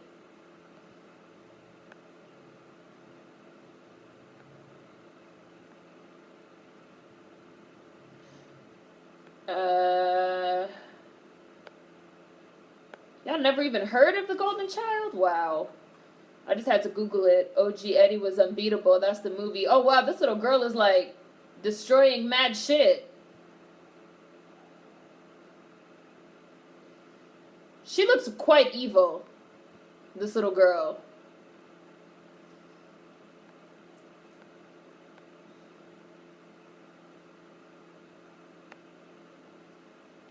I'm at 1 hour exactly.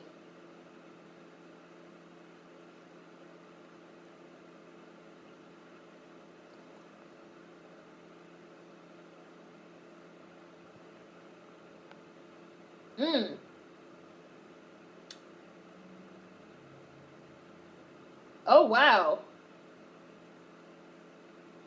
So was she a vampire or a lichen?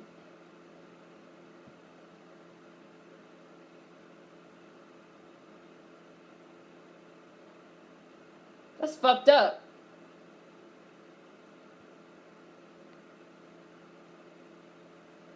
Oh, she was a vampire.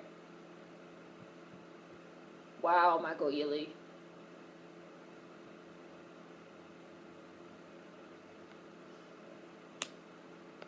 I think I saw Trading Places after I watched Coming to America, so I know I didn't get it. I hated Divergent. Yeah, those movies are trash. The best thing about them is the guy, Four. So it's cool that he's in this movie. Hi, Clarissa. We're watching Underworld Awakening. Well, we just got off work. Oh, Alex said we're watching Underworld Awakening. I like kids. You just gotta talk to them and treat them right. Be cautious and keep your distance, and they'll pick up on your ambivalence. I like kids too. Kids be having better personalities than adults. I hate adults. They're annoying. Kids keep it real. I grew up hearing about the Golden Child but never watched it. I gotta watch this movie. Oh my god. We should watch the Golden Child next week since so many of y'all have never seen it. I'm mad they took it off Netflix. I used to watch it all the time.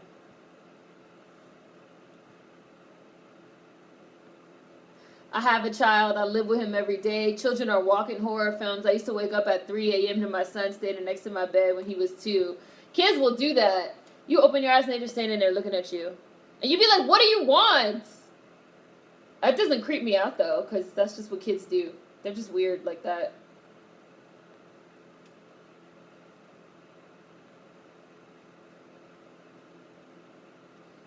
You just be like, what do you want? Get out of my face. And then normally they go away. Or they say what they want. Oh, I want a drink of water. Okay, so you're just going to stand here by the bed for 45 minutes and look at my face? Oh, I didn't want to wake you up. You're so weird, little kid. But it doesn't bother me.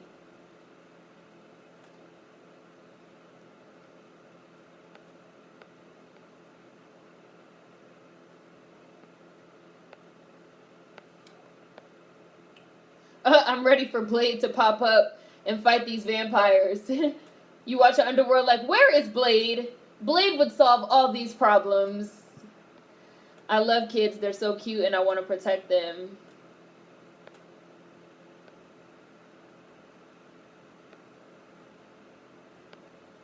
Kate Beckinsale needs chapstick. Oh, she put bombs in the elevator. That was smart. These scenes are really well shot. You guys know I love good cinematography. Like, the production value here is quite high. That's your cue.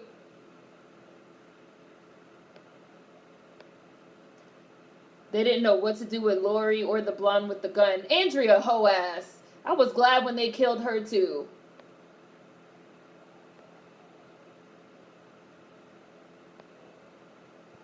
It's some Matrix shit going on here. Yes.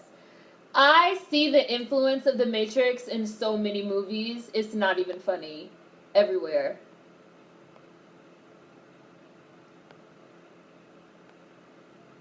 Logan was depressing. Yes, I have a very weird 7-year-old little boy. He's either going to be a superhero or a serial killer. He just wanted to get in the bed with me. Yeah, kids will do that too. If they want to, like, sleep in your bed, they'll, like, come just stand there. But they won't say anything. They'll just stand there. My little cousin used to do that all the time. I used to be like, I'm not a mind reader. Like, you have to talk. Yes, Michael Ealy with the chopper. I will skip Predator. I'll stick with the originals. I'm probably going to see it. I really liked the last one, Predators. I thought it was very good. It had Mahershala Ali. He's, like, quietly been in so many movies. Run, Kate Beckinsale, run! Kill this house-looking...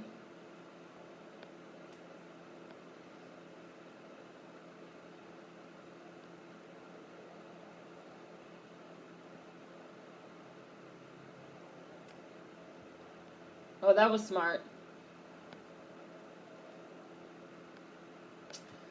I love Queen of the Damned. Natasha is one of the best vampires ever. I love horror movies, so the imagery of a baby standing next to your bed is horrific. That was Shane's baby, not Rick's. And Shane knew. They had that whole conversation where Lori told Shane, he was like, you know that baby's mine. She was like, even if it is yours, it's not yours. Like, it's Rick's. Like, them's the breaks. But Shane did lie about Rick being dead. Because Rick was not dead. He left him in the hospital. Everybody was doing dirt on that show. Everybody. Except Rick.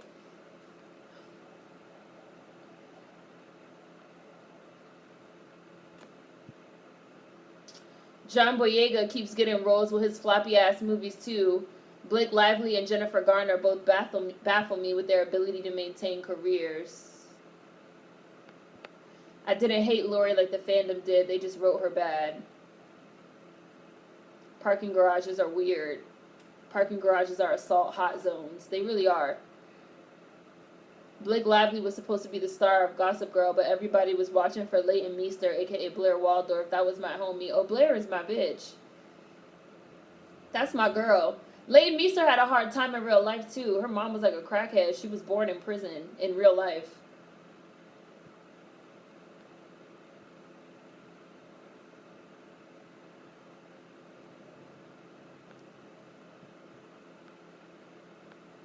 Parking garage and a short horror film checklist. Oh, Michael's still alive!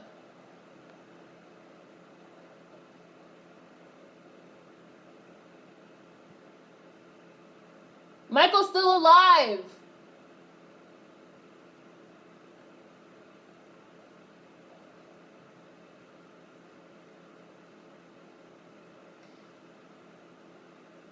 "10 miles per hour is how fast we should drive in parking garages. Lots of people get killed in parking garages in horror movies. My weird phobia are escalators." That's because parking garages are rapey death traps. Like, not the place to stick around in. Right. Whenever I have to park in a parking garage, I get in and get out. Like, I hate parking garages. My friend's parking complex has a garage, and I think the same thing. Parking garages are scary. I feel like predators prey on people who are alone. An escalator kicked my ass when I was 10. Realistic horror sends chills up my spine. When I park in parking garages, I always park near the stair exits. I once saw a piece of clothing on my car. When I took it off, I heard someone running towards me. I got away quick and reported it. Apparently, you shouldn't get distracted because it's a scam. See? I'm glad you're okay, Neffy. That's not cool. Especially, like, women alone in parking garages, too. Like, you have to be careful. I really be like, oh, rapey death trap. And people be like, you're so dramatic. I'd be like,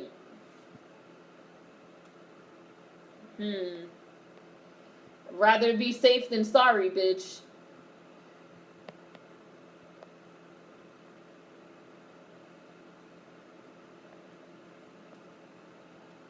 There go Michael Ealy. Yes, Michael Ealy. Blake and Ryan are both white mediocrity personified. I'm pretty sure they're in some sort of contract where he gets the babies he wants that he didn't get with everyone's fave Asian actress ScarJo. That's probably true. I didn't even know Kat Graham had a music career. Can she sing for real or can she sing for Disney? Daybreakers, that is the movie, right? That was a good movie. Daybreakers and 30 Days of Night are also great vampire movies that are horribly underrated. Horribly underrated. Horribly underrated. 30 Days of Night is a great fucking movie. Scary as fuck.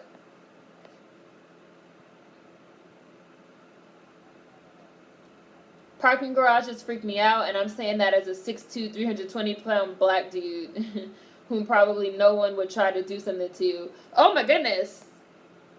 This looks really painful. Oh, he is the big alpha werewolf. The house dude. He's not really House. He's fake House. Hi, Michelle's daughter. Wow. Celine just body slammed the whole van. She's a beast. Look at Michael Ealy.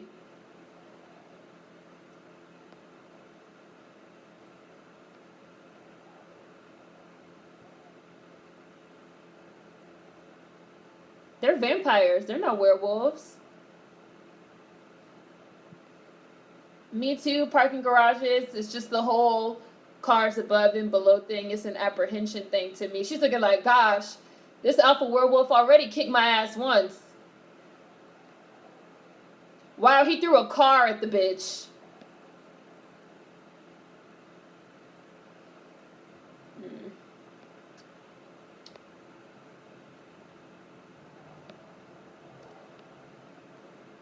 People wanted attention, Ebony. There were some trolls. Woo! This is like the average, about this amount, between 150 and 200. This is like the average. And even that is more than it used to be. You guys remember it used to be like 50 of us chit-chatting.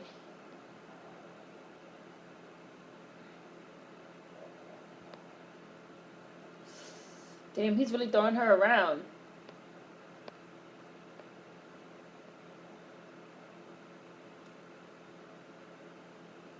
Yeah, She Hates Me. That's the movie, Gone Swimming. She hates me.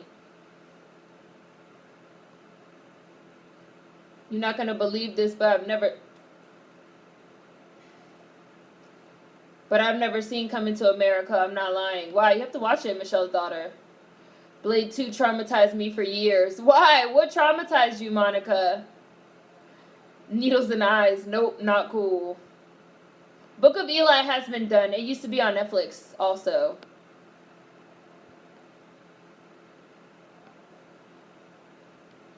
Yeah, little girl, kill this old man, please. I'm tired of him. In his eye. Igor is a nope for me. Never understood how old dude could experiment on his own kind. There go 4 from Divergent. I can't do eye horror. It's too much. Oh my god! He just shot this man's face off.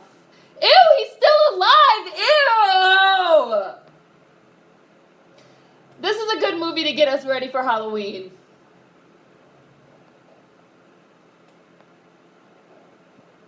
Two thumbs up. This is a good recommendation. Oh my god, can you get your bloody skull werewolf face out of here?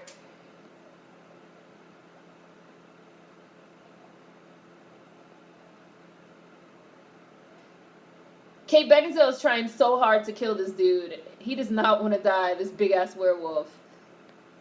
Oh, there go her hand grenade. I love Vampire in Brooklyn, Sponge Dommy. That's my movie. We've watched it. It used to be on Netflix. We've watched it for Beast Bait. We've watched so many movies for Beast Bait because we've been doing it for like 3 years now. If you look in the playlist, how many? Has to be at least 50 videos in that playlist, which means we have to have done at least 50 movies for Beast Bait. I don't know. I don't think we've ever done The Golden Child though, and a lot of you guys say you've never seen it.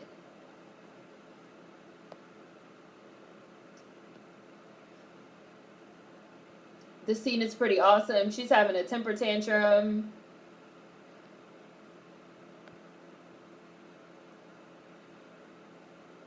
That trap in Saw where he had to dig in his eye for the key. Yeah, no, nope. Oh my god. Please kill this dude, little girl. Thank you. She killed him. She ripped out his throat. The author of the Divergent series really thought she was doing something. Adults have agendas. Kids keep it all the way real. I agree. Penny Dreadful was a great series, now on Netflix. The last 2 episodes are rotten. I wanna watch Castle Rock on Hulu. Everybody knows I love Stephen King. It's been highly recommended to me. I watched 1 episode, the first episode. I had no idea what was going on, but Dude from the Nick and Moonlight is in it, which I did not know. He's like the main character.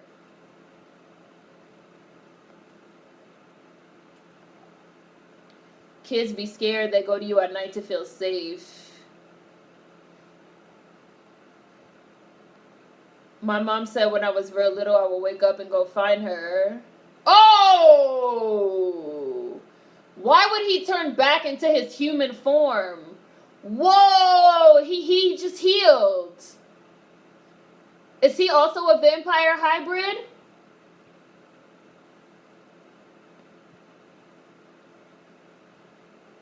Oh, she put the fucking hand grenade inside of him. Oh, you dead. Run, bitch, run. And he can't get it out.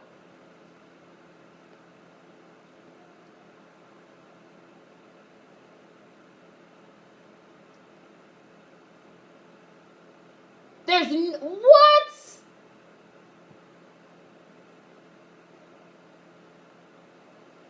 Oh! Disgusting, but awesome. Awesome.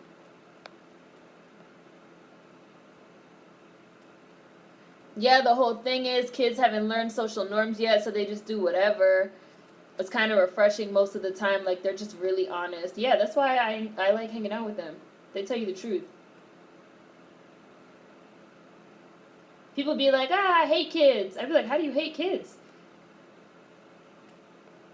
My best friend's son is, like, amazing. It's funny, too, because, like, that's my best friend. Like, we've been friends forever. And I, like, love her. And I also, like, love her son, which is crazy. I'm not going to say I love her son, like, as if he was, like, I mean, I would say that I love him, like, as if he's my son. But obviously, I don't have children, so I don't really know. But he's, like, so cool. It'd be like me and my friend hanging out like we always do, and also like her kid who's like really cool.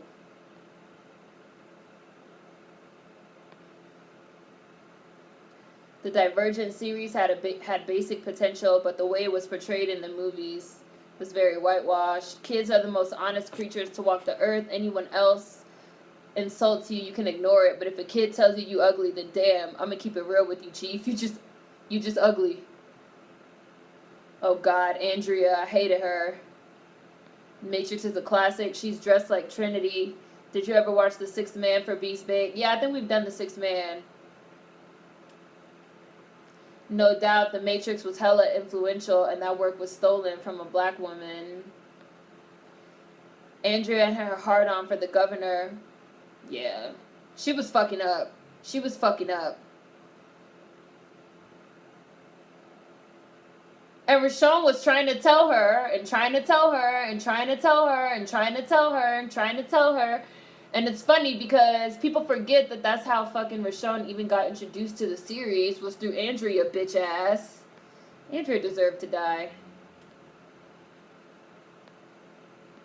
Kids will randomly ask questions about everything and will make you question shit eventually. I love kids. They're funny and smart. It just went off. Andrea loved the power that the governor had, and he was a damn sociopath. He was. And she really had, like, a super hard-on for that dude. She really did. I used to stand at the top of the stairs and whine for my mom to acknowledge me.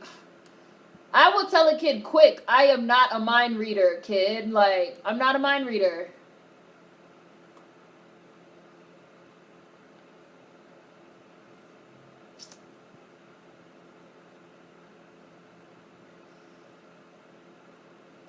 I'm gonna, hold on, give me a second. I'm gonna catch up to the...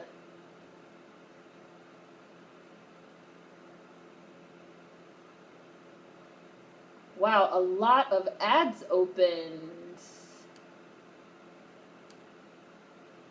I just like looked, there's like so many ads that like popped up. Hi, Shane was shady. Shane went crazy. I have a love-hate relationship with kids. What do you hate? What is there to hate about kids? Whenever people say they don't like kids, that's what I always wonder. I'd be like, what is there to not like about kids? And I really mean that. Like, what bothers you about kids? I can see people maybe finding children creepy. I mean, I don't find kids to be creepy, but I sort of get it, I guess. But, like, what is there to hate about children? I feel like maybe that sounds mean, but Rick told Michonne that Judith wasn't his, and now Carl is dead, and Rick is gonna be dead this season.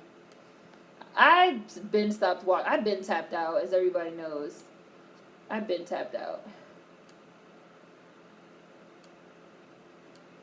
of that show. I gave up. Shane did leave him. Rick's dirt came later. Rick was so pure in the beginning, it's crazy. Rick had no idea what was going on with anybody or anything in the beginning. He had no clue. I want to have kids. I'm really excited to raise little revolutionaries. Shane saw a chance to get Lori and took it. And I kind of felt like in the Walking Dead flashbacks, they kind of insinuated that Shane always like had a thing for Lori.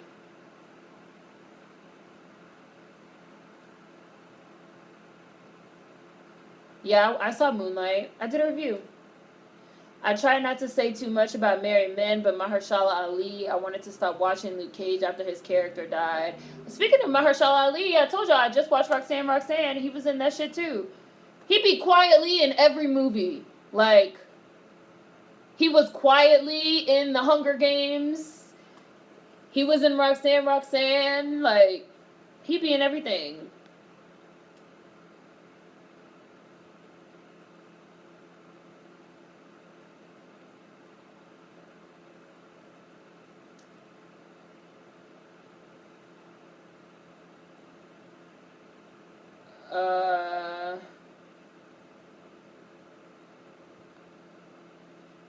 You're making me really paranoid about this parking garages thing. I never thought about it until now.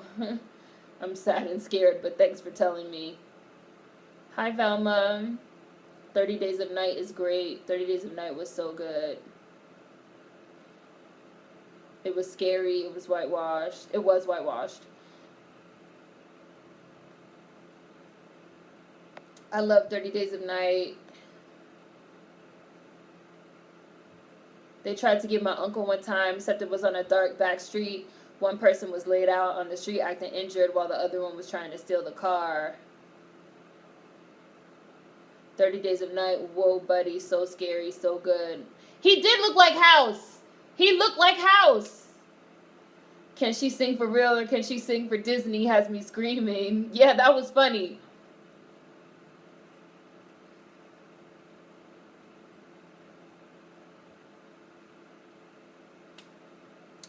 Those transformations have to be painful as hell. They break all their bones and shit. I like Kat Graham, but I think her singing is meh. I've always wanted to run into Andrew Lincoln. Speaking, we were just talking about Love Actually. Because fucking Victor from Underworld is the singing dude from Love Actually. Andrew Lincoln is in Love Actually too. I was just about to say we've had fewer trolls today. When we just do like our regular Beast Bake everything, you know, this is normally how it goes.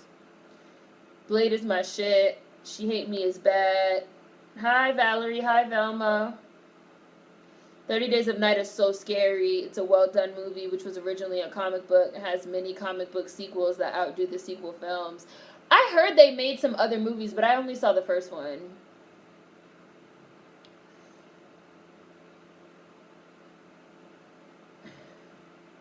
I need to go to the movies with Seren. I did like it, Justin Nichols. Solid suggestion. She Hate Me had way too many lesbians, way too willing to sleep with this man to get pregnant. I don't know if I think it's realistic. That was all. I had a lot of issues with She Hate Me. I had a lot of issues with the depiction of, yeah, I guess like lesbians and just women in general. And I kind of feel like Spike Lee is like low-key a misogynist a little bit. Like especially in a lot of his like later movies, the more contemporary movies, like sometimes his depiction of women be whack. Like It be whack. And his depiction, his like a lot of his ideas about like women and like sex, I find to be weird. I didn't like Chirac for that reason. I feel like she's gotta have it had some weird undertones personally. Um, She Hate Me was weird. Like, you have all these lesbians that want to have kids that are gonna fuck this guy. Why are they fucking this guy? I don't know. I don't know. I don't know. I don't know. I don't know. I don't know. I don't know. I don't know. I don't know. Hi, Unique Cinemagic. We were watching Underworld, but it went off. It looks like the demons from Demon Knight. The growl sounds are really good. And, like, Spike Lee is also really into respectability politics, as we all know. So I even kind of feel like when he talks about women and sex, like, that plays into it as well. The first two Blade films are well written and acted out so great, too. That Electro Grizz sliced that man up.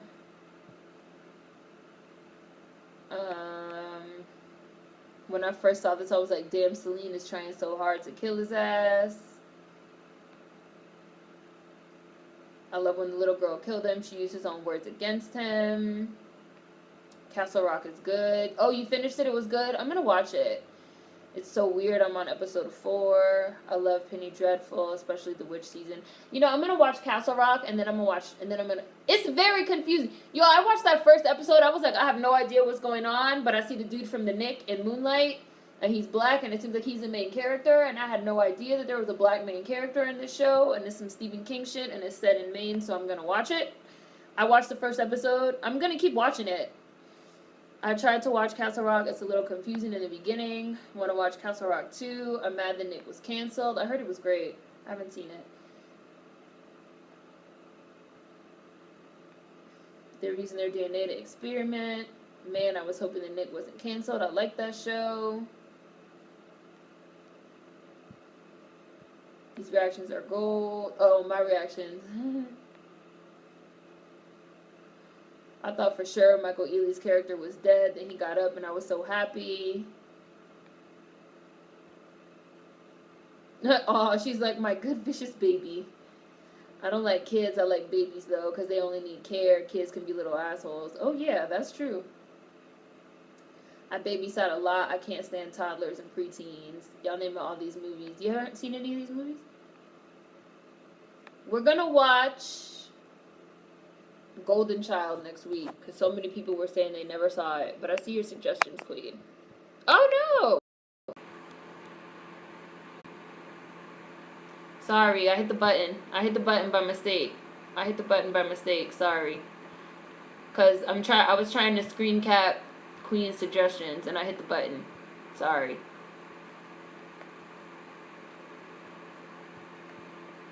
Let's try that again. There we go.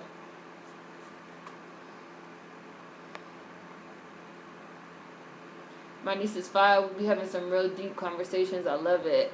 They kept saying the governor was good looking. I was like, bitch, where? I couldn't stand Andrea on The Walking Dead. Oh, I did say Michonne, didn't I? Sorry, Michonne. Sorry.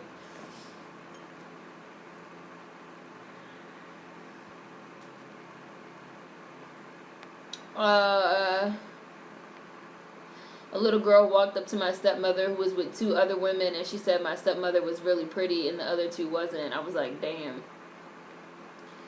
The governor was a fiend. Bye. Oh, Razy Crandom Girl, you say to kids, use your words? That's nice. I say to kids, I'm not a mind reader. I need to wash my hair, my dishes, and start dinner. I'm going to just listen in. We're almost done, Remy. Me to a shy kid, I get it, but closed mouths don't get fed, you know. Carl's already dead. Kids can be gross, bratty, intentionally try to annoy you. Act out instead of communicating, and I get why, but I still enjoy it. I mean, adults can be gross, bratty, intentionally try to annoy you, act out instead of communicating. I feel like kids at least have the excuse that they're kids. Like, they are kids. They are children. Adults behave that way. I'd be like, you a grown-ass adult. You don't have no excuse. At least with a kid, I fucking know why they acting like that, because they're 8. You're 28. You don't have no excuse. I don't like rude people, including kids. I know they're innocent and all, but still some of them are douchebags. My cousin, can you babysit me? No way.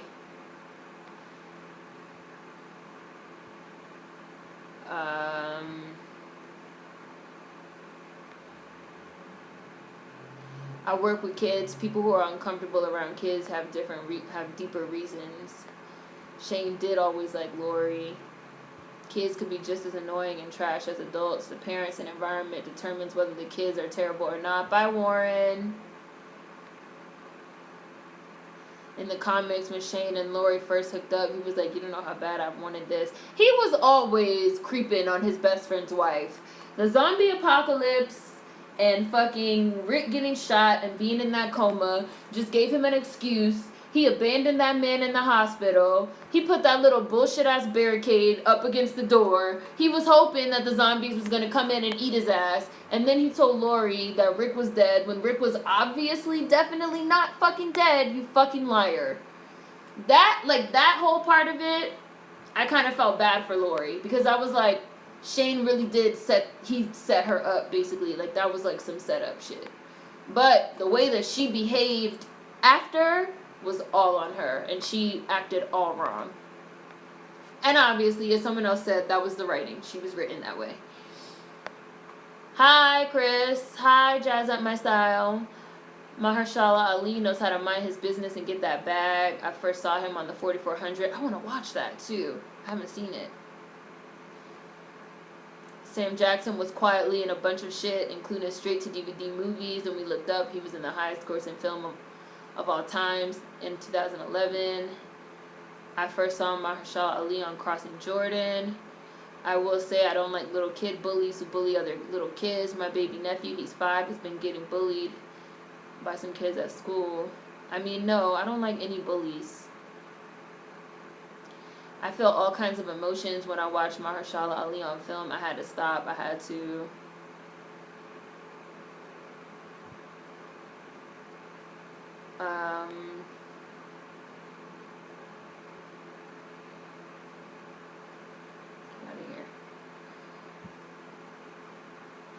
Everyone is having a sad time in Love Actually, except for Victor.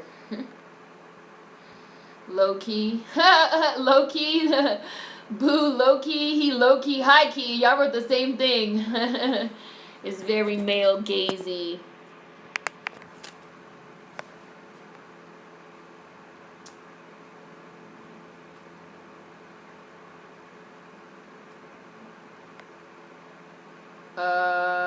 What happened? Did somebody get accidentally blocked and then unblocked? It looks like. Vanity's Mirror.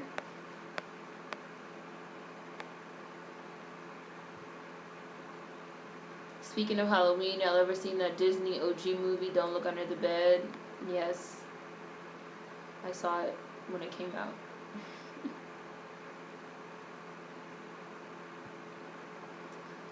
Spike does have misogynist tendencies.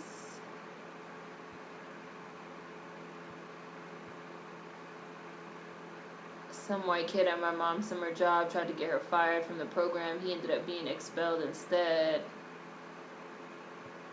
Do you think the guy from Castle Rock is a good actor? The black guy that was in the Nick? Yeah. What is his name? I know y'all know his name. Real name. Sorry, Vanity's Mirror. That was an accident. Yeah, I was like, it looks like... That's very annoying that when you, like, accidentally...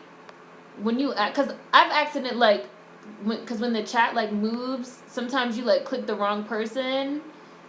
And you can even block them and unblock them. And their comments and shit don't come back. That is, like... kind of a glitch. A bad glitch.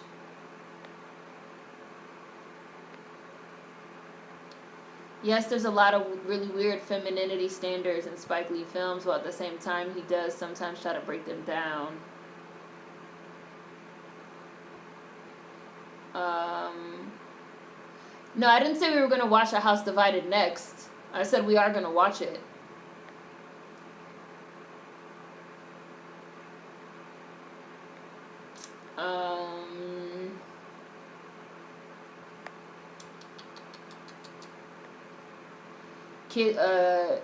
They're kids, for fuck's sake. Adults be trash. Adults have no excuse for their trash behavior.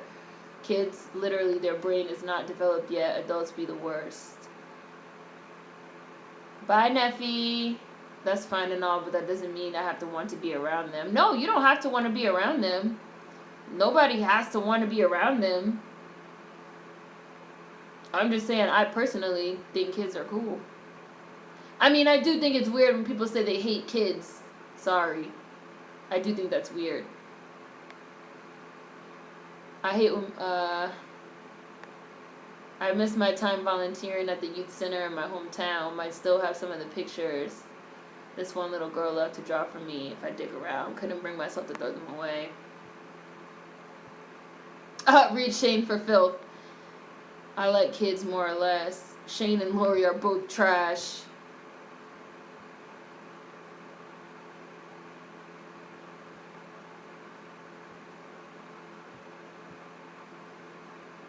Why did I hide Water Sniper? Oh, yeah, I tried to block the Water Sniper dude and accidentally blocked Vanity. Because I don't know what the fuck he was talking about. Like, what was he talking about? Don't Look Under the Bed was so scary to me as a kid, but I loved how they kept saying boogie person instead of boogeyman. Spike doesn't think highly of black Americans, women, especially black women, and millennials. I blocked Water Sniper because they were getting on my nerves. What were they talking about? Like, we having a conversation. Participate in the conversation or don't say nothing. What are you talking about?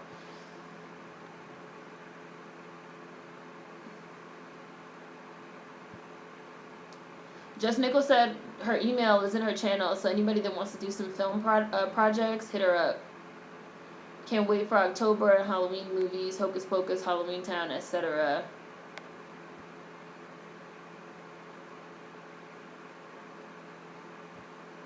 Oh, Andre Holland, that's his name.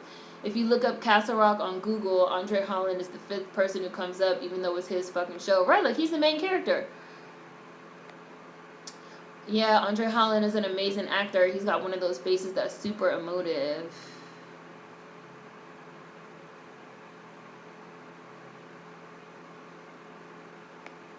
No.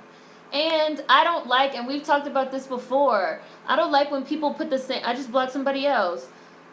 I don't like when people say the same thing over and over and over and over and over and over and over. Like, so demanding. Like, fucking chill out. Like, relax. Especially if you could see that I'm behind in the chat, like, I'm going to get to you.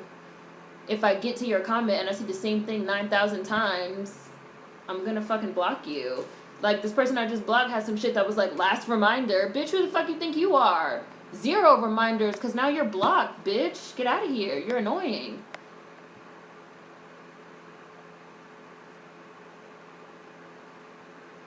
Oh, well, I didn't see that part, but I saw him writing the same thing over and over, talking about some last time I'm gonna ask. Who the fuck do you think you're talking to? You're not gonna talk to me like that on my own channel. You could be gone.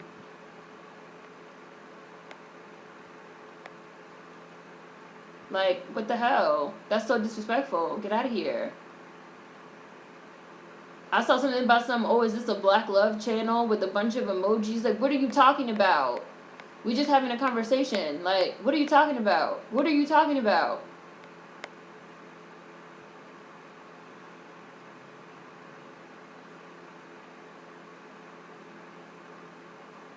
And we've talked about that before. Like, that shit's irritating. Like, what are y'all talking about?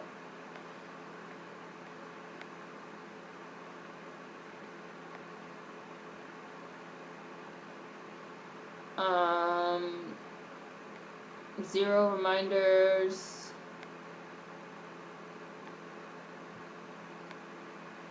I do Black Love Tuesdays on Instagram.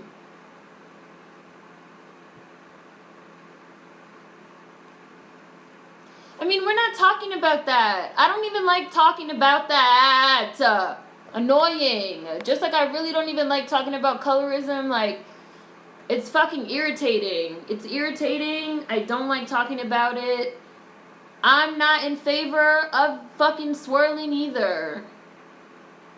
I'm not gonna argue with anybody about it. Like, why are we even talking about it? Why are we even talking about it? Why are we even talking about it? I don't understand. What am I missing?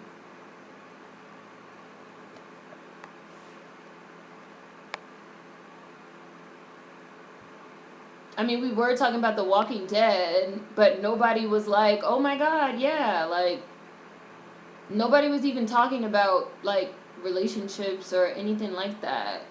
That shit came out of nowhere. That's just annoying. He brought it up because of The Walking Dead, right? Like, we are talking about The Walking Dead, I mean, but Rick about to die anyway. And nobody was talking about that. And nobody was talking about that. Why did that get brought up? And why did you write the same thing 100 times in a row? If I haven't gotten to your comment yet, I haven't gotten to your comment yet. Don't keep writing it over and over. Like, what is this fucking entitlement? Like, what is this entitlement? Right, raise the cranium girl. And I said that by mistake. I was like, right, that's like them together. I forgot. Like, I already said that I don't even watch The Walking Dead anymore.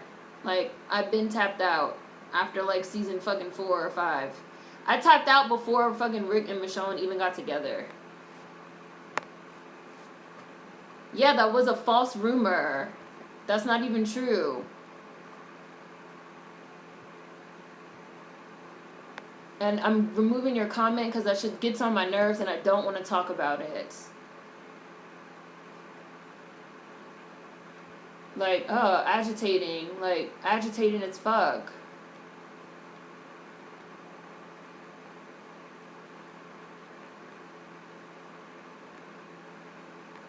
I mean this in the PSA, no spamming and no disrespect or catch that ban.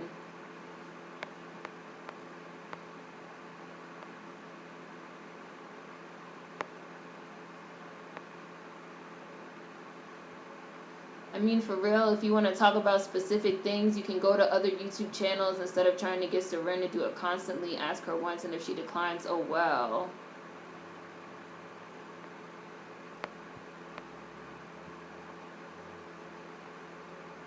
That shit's just annoying. That shit is really irritating. And it'd be stuff like people come, like we'll be having a whole conversation about whatever, and somebody come, like we having a conversation about fucking elbows, and somebody come and be like, what do you think about global warming? And we'd be like, huh? And then they put 19 times, what do you think about global warming? What do you think about global warming? What do you think about, like, we're not even talking about that.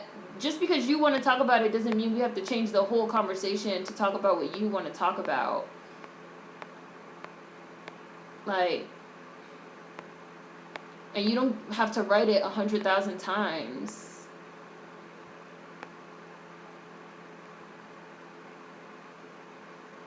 The next movie we're gonna watch is The Golden Child.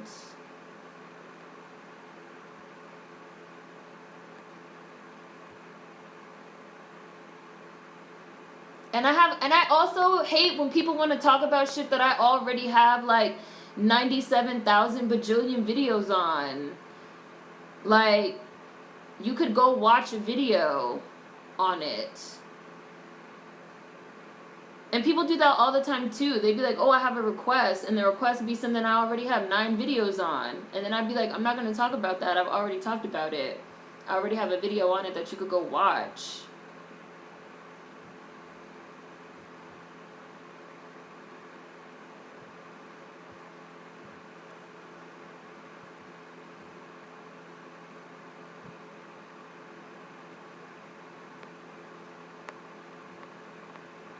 And people don't be, like, watching other videos, so they don't know what my opinion is. And they don't want to look it up.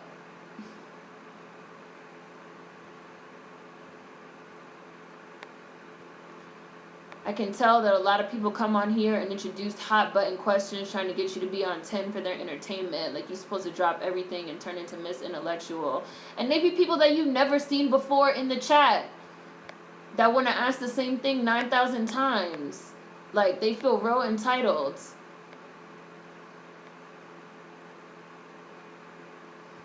I mean, a lot of the time we're just hanging out, not trying to have some huge debate about some huge topic. Now they wasted our last minutes of Beast Bait trying to get Seren to do their thinking for them. A lot of people are intellectually lazy.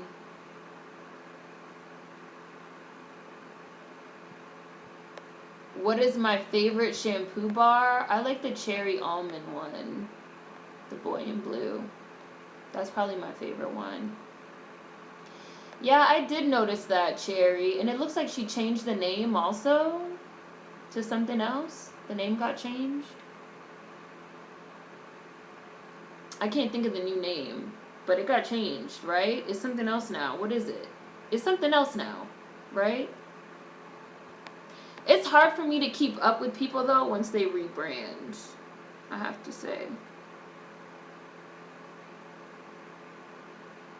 Especially if I'm, like, used to the old name. Yeah, right, she did. What's the new name now? What's the new name now?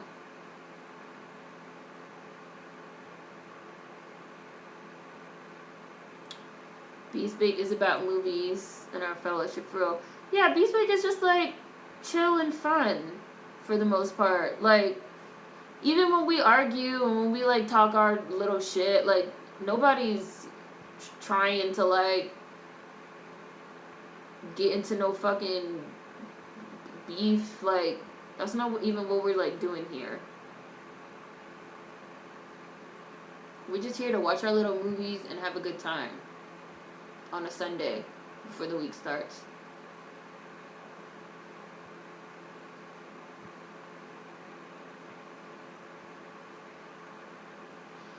I don't think we've done any cartoons. We normally don't do cartoons.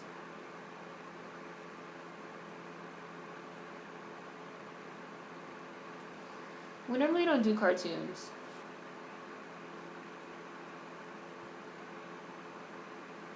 Shark Tale had Will Smith, right?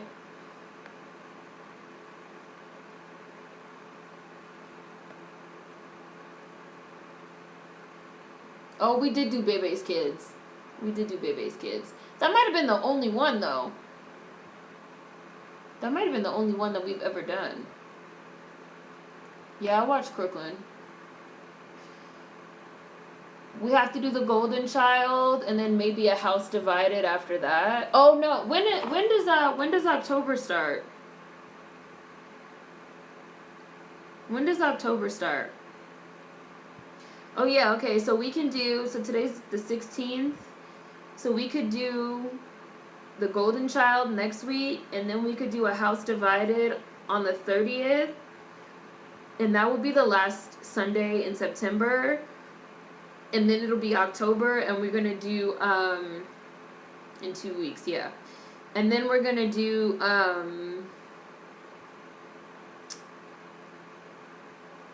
Black women horror movies for Halloween time. But don't start making your suggestions yet for that. Oh, we did watch Princess and the Frog too. Hi, James Tyrell, I see you.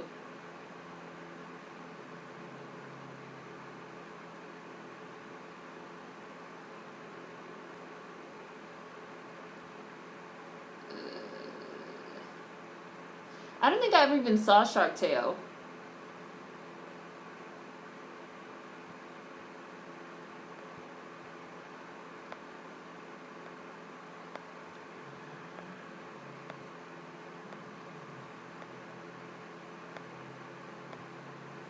Yeah, alright.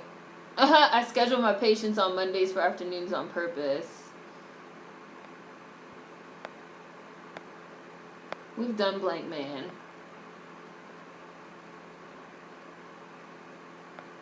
Yeah, don't suggest it yet until the last September one.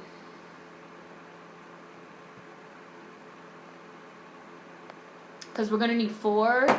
Last year we did 28 Days Later. We did The Girl with All the Gifts. We did the Predator, Alien versus Predator with Sanaa Lathan. And what was the last one?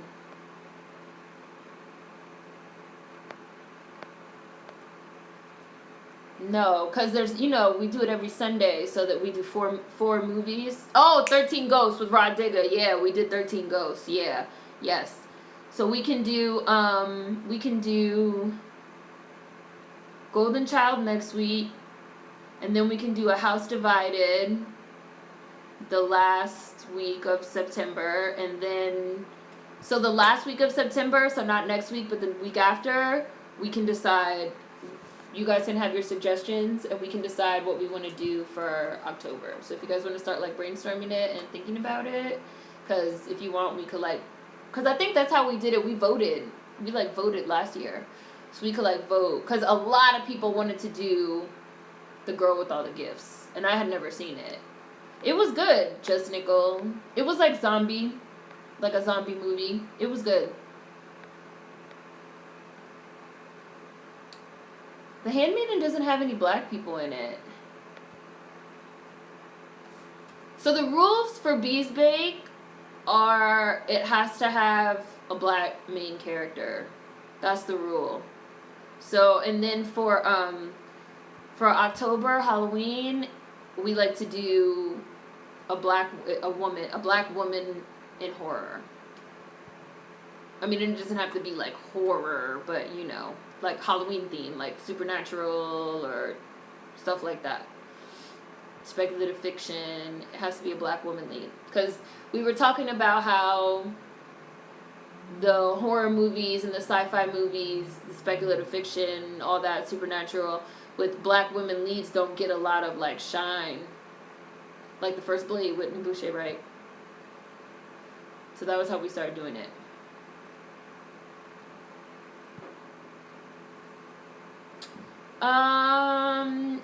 If you want, would you prefer to do it that way, Just Nickel, that I put it on the community page? I think the way we did it last time was we just voted here in the chat.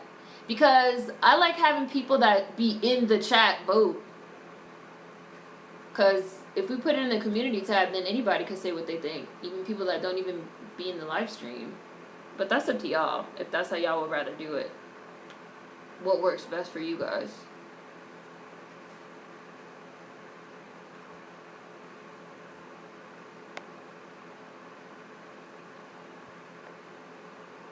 You said Black Klansman is very Blue Lives Matter. That's what everybody is saying. That's what everybody is saying. It's very pro-cop. Right, including people who might be blocked in the chat. I think we should do it here.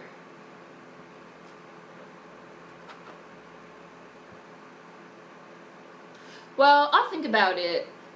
Maybe we could do it both. Maybe we could put it in the community tab and put it in the chat and just see which ones get the most votes and go from there. But it's not going to be for another 2 weeks anyway, so we could figure it out. We could talk about it again next week, and you guys could decide how you want to do it. But those are just the guidelines. Those are just the guidelines for Bees Bake for anybody new or that was unsure what the guidelines were. It has to have a black main character. The movie has to have a black main character. They don't necessarily have to be the lead, but they have. I mean, we prefer if they're the lead, but the movie has to have a black main character. Like Michael Ealy was the main character in the movie we just watched. So when you're thinking of your suggestions, that's the rule. And for October, it has to be a horror movie, etc., with a black woman lead. We've done the craft. And we're trying to not repeat because there's certain movies that everybody knows. So we're trying to not repeat. So you can look in the Bees Bake playlist and see movies that have already been done before you make your suggestions. Because we're trying to bring some shine to some other movies.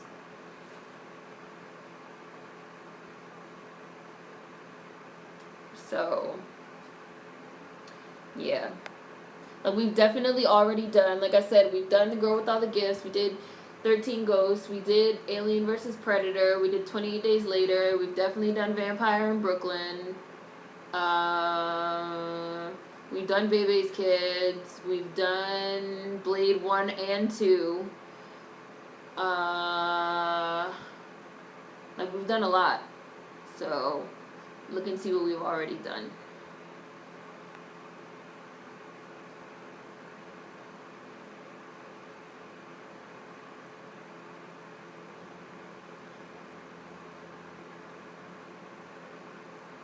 December, I do like doing holiday movies.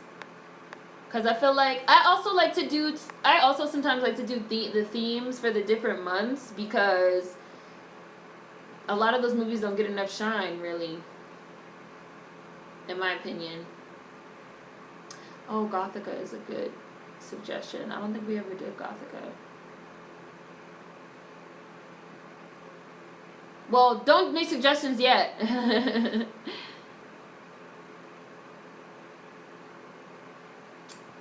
Oh, somebody said that Black Klansman. I mean, but yeah, that was a good one. That was a good one. I think Black Klansman, it was to promote better black police relations, which is a joke. So essentially, he's operating as an agent. Oh, you talking about Spike Lee? The holiday movie with Denzel and Whitney. The Angel one. I used to watch that movie so much. What was the name of that movie, y'all? Right, Valerie. Denzel was an angel. What was the name of that movie? Oh my God, what was the name of that movie? The Preacher's Wife. Thank you. Thank you. Thank you. That shit was like really deserting me. I was like, what the hell is the name of that movie?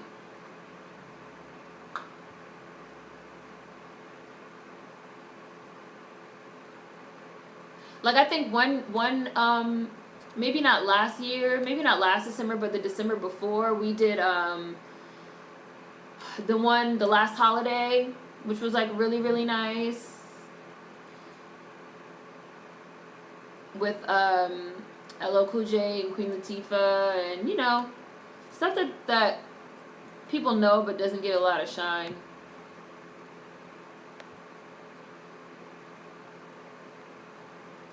Oh, you're talking about Boots Riley?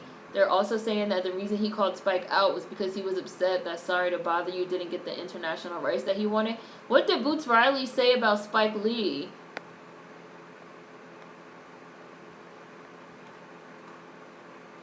What did he say about Spike Lee?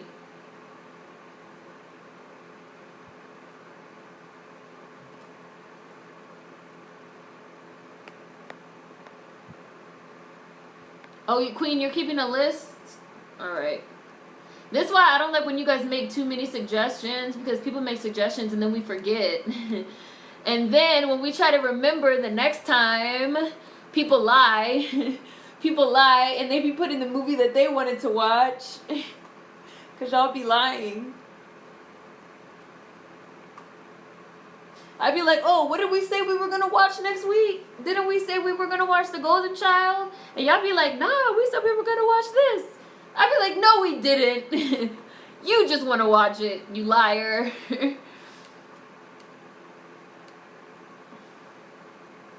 Oh, oops.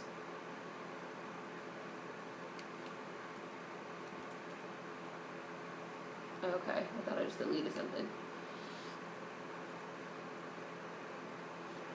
Ebony, hey, I only did that one time. Y'all be lying.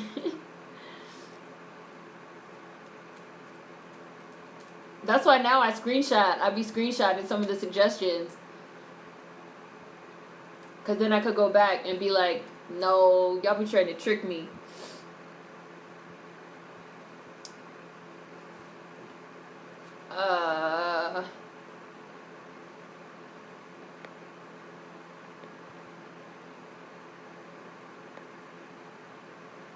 He said that they edited the parts of the book that made the main character look like a Tom.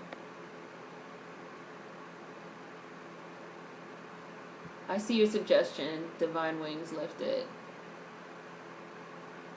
He denied it. Oh, Spike Lee denied it and said it was just the editing, but then the girl came back with receipts from someone who actually worked on them. Oh, no, you're talking about Boots Riley. Wait, I'm confused. Wait.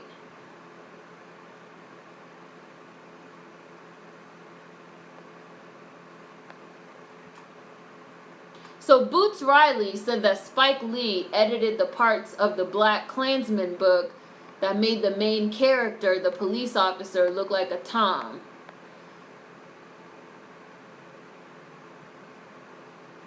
Or is that Sorry to Bother You? Because this says Boots denied it and said it was just the editing But then the girl came back with receipts from someone who actually worked on the movie about how he didn't want to hire any girls darker than Tessa Thompson. That's sorry to bother you. We haven't done Holiday Heart. Niggas do be lying, Davey. I be like, hold up. I know for a fact we did not say we were going to watch that next week. And they be like, yes, we did.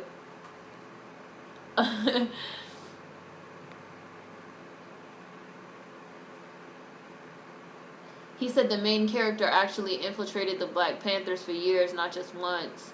He was the one who called out Spike about the Blue Lives Matter theme. They be trying to throw their shit in there. Right, Clarissa. The undercover cops that were glorified in Black Klansmen infiltrated the Black Panthers and were responsible for the death of Fred Hampton. What? Oh, okay. So what you're saying is, I have to do my Googles, is what you're saying. I don't lie, I almost never know what we're watching. No, Dominique always says, like, what are we watching?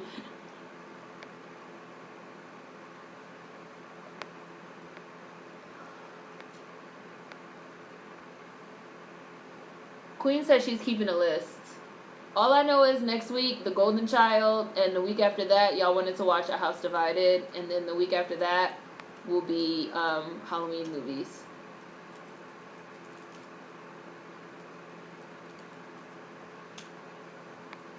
And then December could be holiday movies. I'm going to write down The Preacher's Wife because that's my movie and I haven't seen it in forever. And that was a good suggestion. But no more suggestions. Boots Riley wrote a good essay exposing how the film was propaganda and that the officer wasn't actually fighting racism but was part of COINTELPRO. Oh, I see. What? Bye, Racy Crandom girl. I'm about to be gone too in a minute. This stuff is real with Spike and Boots about colorism. Wade Boots didn't want to hire dark-skinned women. Hi, Diamonster. Boots also mentioned that the black officer had infiltrated black organizations.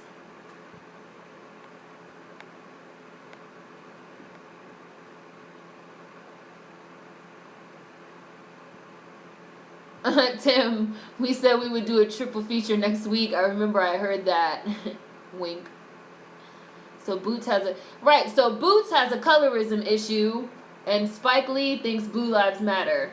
And we all know Spike Lee is into the respectability politics, so I believe that. I find it very easy to believe. But I also find it easy to believe that Boots Riley is probably a colorist. I personally don't love Tessa Thompson. So, that's interesting.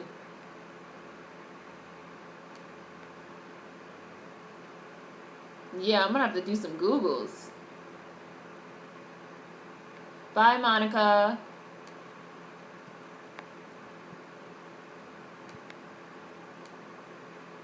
Yeah, read Boots' piece on Black Klansmen. Boots Riley says Spike Lee wrote fiction in which a protagonist was against the oppression of blacks, the white savior.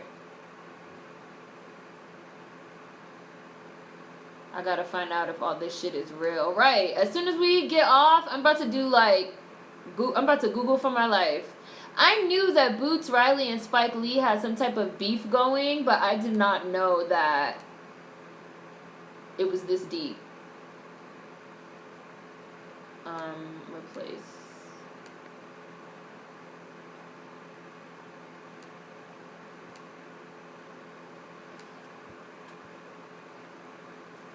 That's very disappointing if true.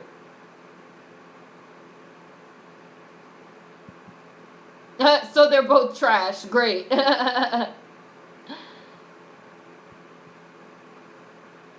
Tessa Thompson isn't great. I hate her character on Dear White People. You getting deja vu? Like real deja vu? I'm tired of colorism. Both are trash. Fuck colorism. I definitely don't care for Tessa Thompson. Tessa was meh on Westworld. Also getting deja vu about getting deja vu. I definitely feel like Tessa Thompson is a bit overrated and overhyped. I'm not gonna say she's a bad actress. I don't think she's like a bad actress. But I definitely think she's overrated and overhyped. And I definitely feel like Tessa Thompson is sort of the go-to black girl for a lot of shit. Like, Tessa Thompson has been in a lot of shit. And I don't know if I think her acting chops are good enough to justify the amount of work that she gets. You get what I'm saying? Not to say that she's a bad actress, but like, damn, a lot of work gets thrown her way. A lot. Like, a lot. Oh, look, Alex, why, on God, why is she in everything? Like, Boots responded to the colorism thing, and it doesn't look like that's true. I can't stand Gabe on Dear White People. Like, why is he even here? I'm getting tired of that show anyway. I feel like Westworld was getting into some meta racism. Dear White People was pure trash second season. Hi, I'm live. I see you. The urban hippie. There's only one woman main character in the movie who is Tessa Thompson. He said it's lighting and a lot of dark-skinned women audition for the movie. Dear White People was horrible. If Tessa Thompson got the role, I don't think it's a colorism thing, more so a this person is well known, therefore it will make me money type thing. Dear White People wasn't good at all. This is why Hollywood hires the same 5 black people. I can't remember the first movie I've seen her in, Tessa Thompson. She was in Selma. She was in Creed. She was in Sorry to Bother You.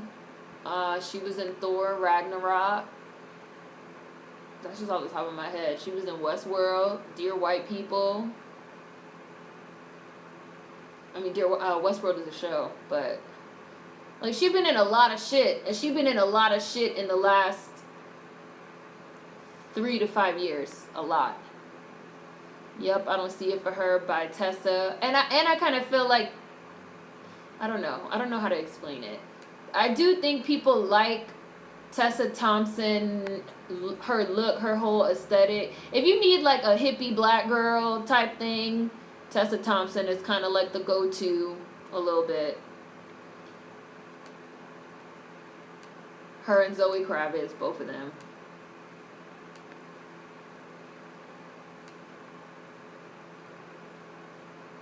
I've been researching black actresses, and there are so many. I have a whole Tumblr post of black actresses that need to be cast, who we haven't seen in a while or need to see more of.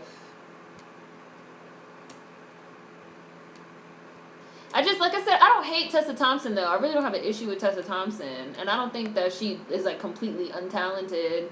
But, like, Tessa Thompson has, like, stans, too. Like, people be standing for her. And they be, like, loving her so much and supporting her so hard. And she be in a lot of movies and shows. Like, shit be getting thrown her way. And I'd be like, is Tessa Thompson, like, really that good of an actress? Is it me? Like, am I tripping? The gays love Tessa. I've seen her in some television shows. When directors need a black girl, they choose her. Light skin privilege, that's why. Tessa is slowly becoming the light skinned Jennifer Lawrence. She is in everything. Tessa is okay, but I'm burnt out on her. I want more black people to be in things instead of the same 3 girls in everything. Like how somebody just said, like how Zafuri just said, like, she's that girl that, you know, if you put her in your movie, you're going to make money because people love her. They support the shit out of her. Like, they really do. Like, she got some stans. She really has stans. They love her on Tumblr, like, a lot. She has stans. I'd be like, damn, y'all stand this bitch hard as fuck.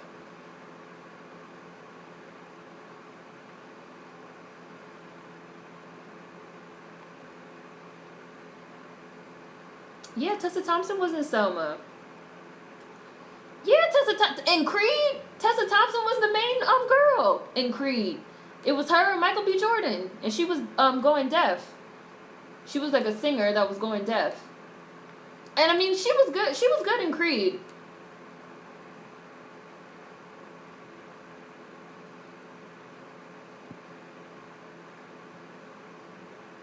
Alex put exclamation point. She was the main one. She was the main girl in Creed.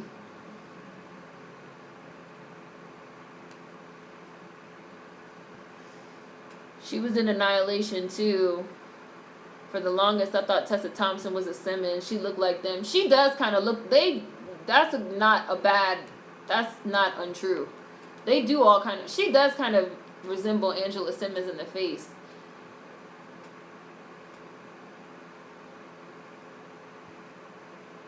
You took literally her and Zoe right out of my mouth. The only reason I know about Tessa Thompson is because of Thor and Janelle Monáe. What? Tessa Thompson has been in so many movies. Y'all didn't see Creed? Y'all didn't see Selma?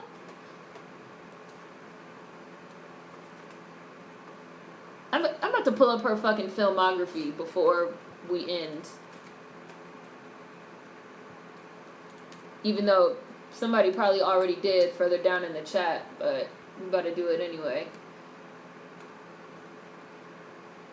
Tessa Thompson is an American actress. Her breakout role was in the indie film Mississippi Damned. She gained further recognition for her starring roles in For Colored Girls as civil rights activist Diane Nash in the historical drama Selma, Bianca in the sports film Creed, Valkyrie in the superhero film Thor Ragnarok, Josie Radek in the science fiction horror film Annihilation, and Detroit in the science fiction comedy film Sorry to Bother You. On television, Thompson has starred as Jackie Cook in the mystery drama Veronica Mars, Sarah Freeman in the period crime drama Copper, and Charlotte Hale in the HBO sci-fi thriller Westworld. Like, Tessa Thompson has been in a lot of shit. When a Stranger Calls, Make It Happen, The Human Contract, Mississippi Dam, Everyday Black Man, Exquisite Corpse, For Colored Girls, Dear White People, Graham and Rose, Selma, Creed, War on Everyone, Thor Ragnarok, Sorry to Bother You, Annihilation, Furlough, Little Woods, Dirty Computer, Creed 2. Oh, and she's gonna be in Lady and the Tramp. And she's gonna be in the next Men in Black movie that they're making too. Television, Cold Case, Veronica Mars, Grey's Anatomy, The Initiation of Sarah, Hidden Palms, Life, Mental, Private Practice, Heroes, Rizzolian Isles, Westworld, Portlandia, Dear White People. Like, Tessa Thompson's been in a lot of shit. I really remember seeing her in Selma, like, in Creed. And then it was like I was seeing her everywhere. I was like, damn, I'm seeing this girl everywhere. She's not terrible. No, Tessa Thompson's not terrible. She's not, I'm not trying to say she's not terrible. She's not a bad actress at all. She's not.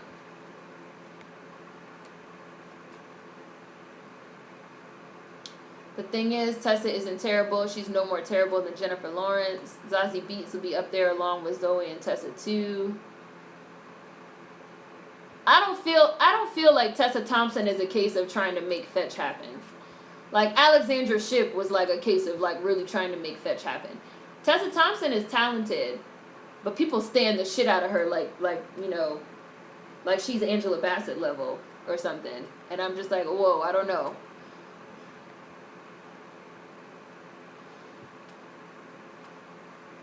The thing is, Tessa isn't terrible. She's no more terrible than Jennifer Lawrence, but she's not like good or great. There's no reason for her to have so much work. She has more work than Viola Davis. Tessa Thompson has a lot of work. Like, she's like Mahershala Ali has a lot of work, and like Tessa Thompson, like every time I turn around I see Mahershala Ali, and every time I turn around I see Tessa Thompson. But like, is Tessa Thompson on the level of like a Mahershala Ali in terms of like acting chops? I don't know. Like, a lot of work is getting thrown her way. She was in For Colored Girls. The gays love her because she's their queer faves boo. That girl from Deadpool 2 is next up. I could feel it.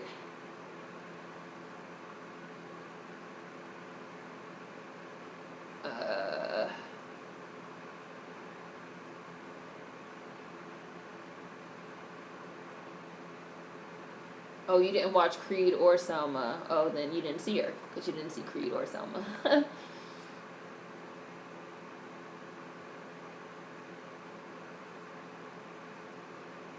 She was in Thor Ragnarok. Tessa was in For Colored Girls. She was in The Girl That Got the Abortion. Tessa is booked. Right. She stay booked. She's stay booked. Tessa is booked to capacity. They're making another Men in Black. Why? Oh yeah, I forgot she was in Dear White People. Like Tessa, but that's part of it too. Tessa being a lot of shit.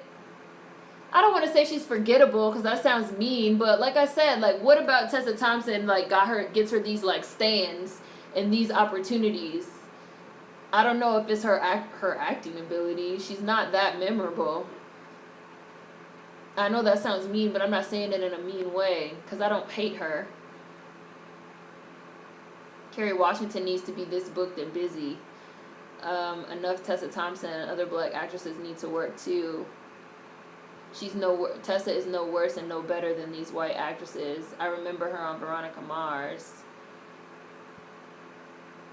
She's not bad, she's just simply overused.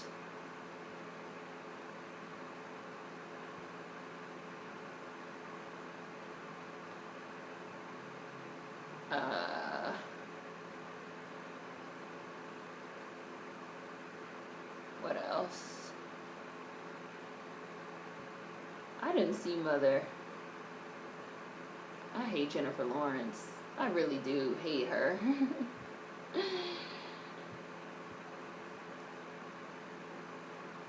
So then she is forgettable. Right, people are talking about some, oh yeah, I forgot she was in that. And that's what I'm saying about Tessa Thompson. Like, you could watch her in the movie. I mean, I guess, it's going to sound mean, but Tessa Thompson is kind of like the bodily equivalent to me of like a Marvel movie. You can watch the movie could be enjoyable, but like afterwards, you'd be like, oh yeah, Tessa Thompson was in that movie. Who was she again? What was the plot? What did happen? It's not like great, amazing, incredible work. Now, maybe she's just like still young, still early in her career, still like figuring out her acting chops or whatever. But like I said, she's just getting like a whole lot of work thrown her way. I'm trying to think, like, what was the last movie that I saw?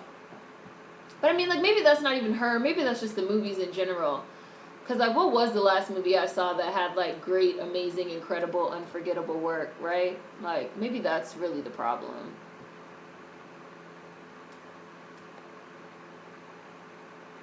I think Tessa is just really likable, and people like her black hippie aesthetic. She's definitely likable, yes. She's definitely got a good black hippie thing going, yes. Jennifer Lawrence can take a damn seat. I think you're right. She's kind of forgettable.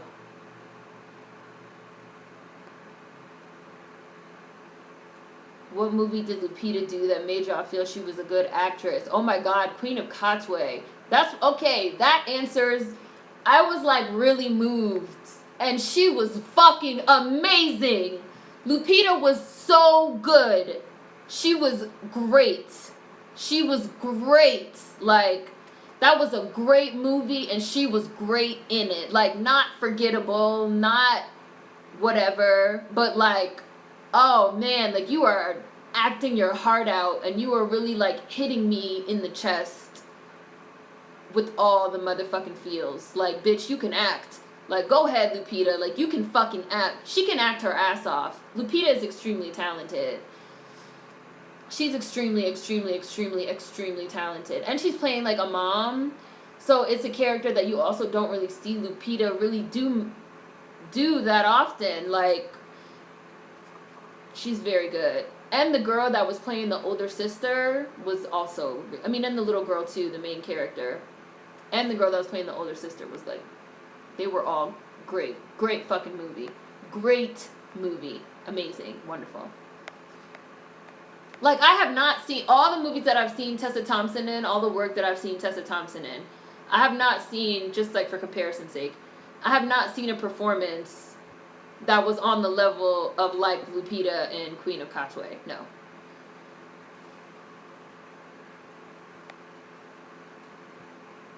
Hello.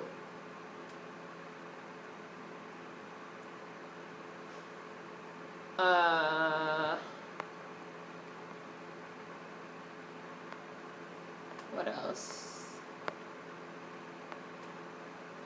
Lupita is actually a good actress. Tessa's kind of forgettable. Oh, thank you, T Cutie.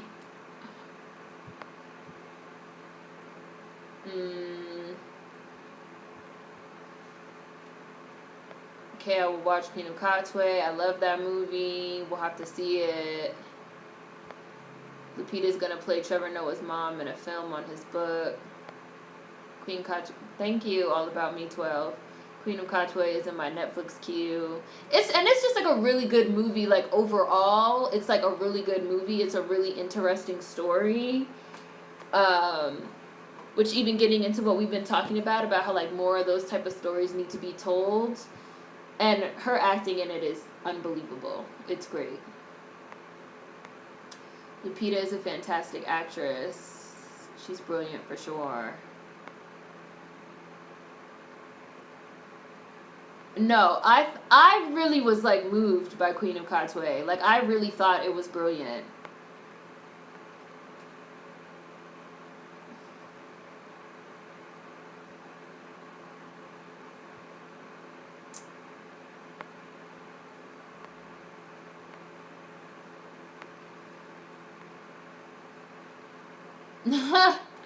I see what you guys are talking about. You guys are funny.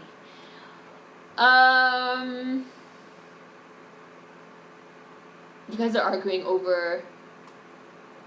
Are you talking about Queen of Katwe? Got passed over. That movie should have gotten more hype for real.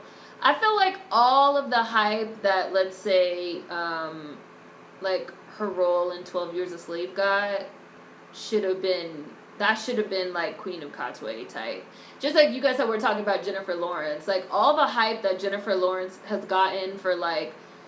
No, I have on a sweatshirt. All of the hype that like Jennifer Lawrence has gotten for like Silver Linings Playbook, which was not a great fucking movie, and I can't believe that they gave her an Oscar for that.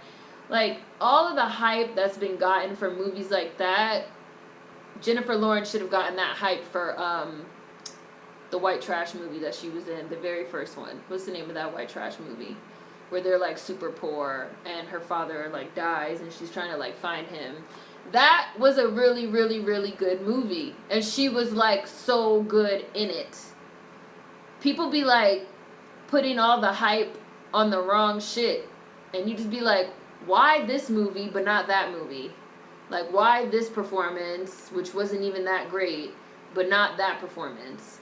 And even like in the Tessa Thompson conversation, that's how I kind of feel about Tessa Thompson. Winter's Bone, that's the name of the damn movie. Great movie. That's a movie about white people that like everyone should watch, because that type of movie really gives you the insider look into like the mind of like fucking white people, like for real. If you want to like really know how they really think, how they really act, and like how they really are, like that's a good fucking movie to watch. And I haven't seen Tessa Thompson in anything that's like moved me. Especially for her to be getting this much work. And she's been in serious movies with like serious roles. Like she was in Selma. I don't know if I think she has the acting chops for the amount of work that she gets, and just like how much people like stand the shit out of her. Not to say that she's bad, but like what have we seen Tessa Thompson be great in? I don't know. Like somebody just said, what have I seen Lupita be great in? She was great in Queen of Katwe, and nobody can convince me otherwise.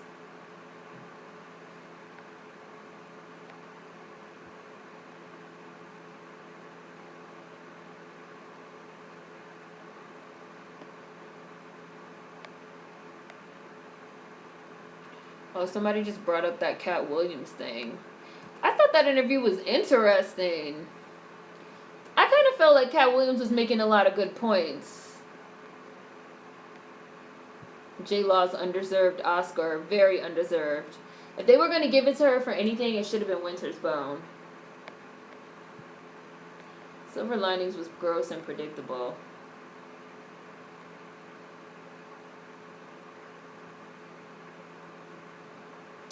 Someone please tell me how Tessa is a black hippie with her one piercing and safe look. I think people feel like she gives a black hippie aesthetic, like carefree, and you know, she be wearing braids, and she kind of gives off that, you know, quirky, I'm a quirky girl, I'm a free spirit, whoop-de-woo, you know.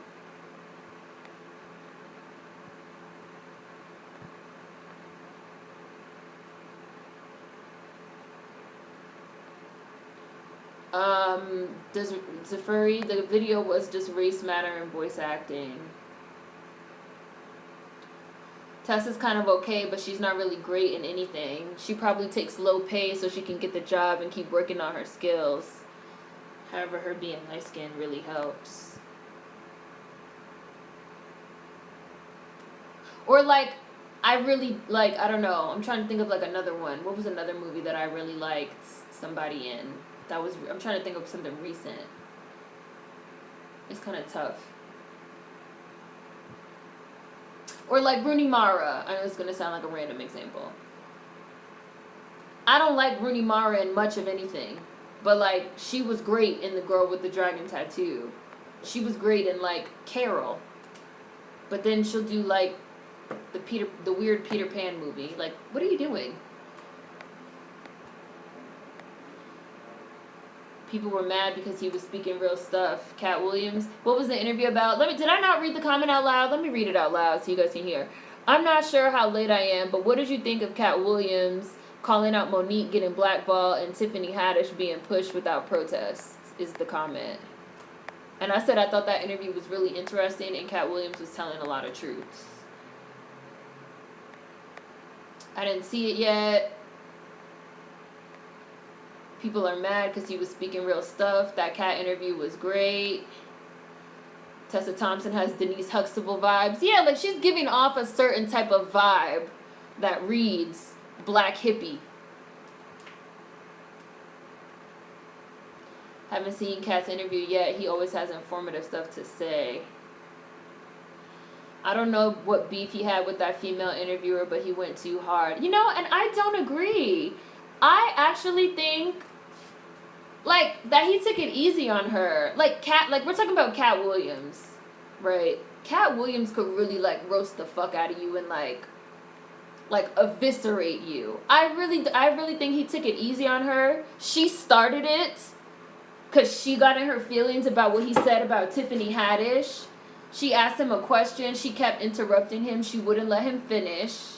Which he said, he was like, are you going to let me answer your question? I know personally firsthand how irritating that can be when people ask you a question and they keep interrupting you while you're trying to answer because they don't like your answer, so they keep interrupting you. That shit's hella irritating. And then she tried to, like, bring up his parenting. Like, she started it. He finished it. And I don't even think he was overly rough on her either. I really don't.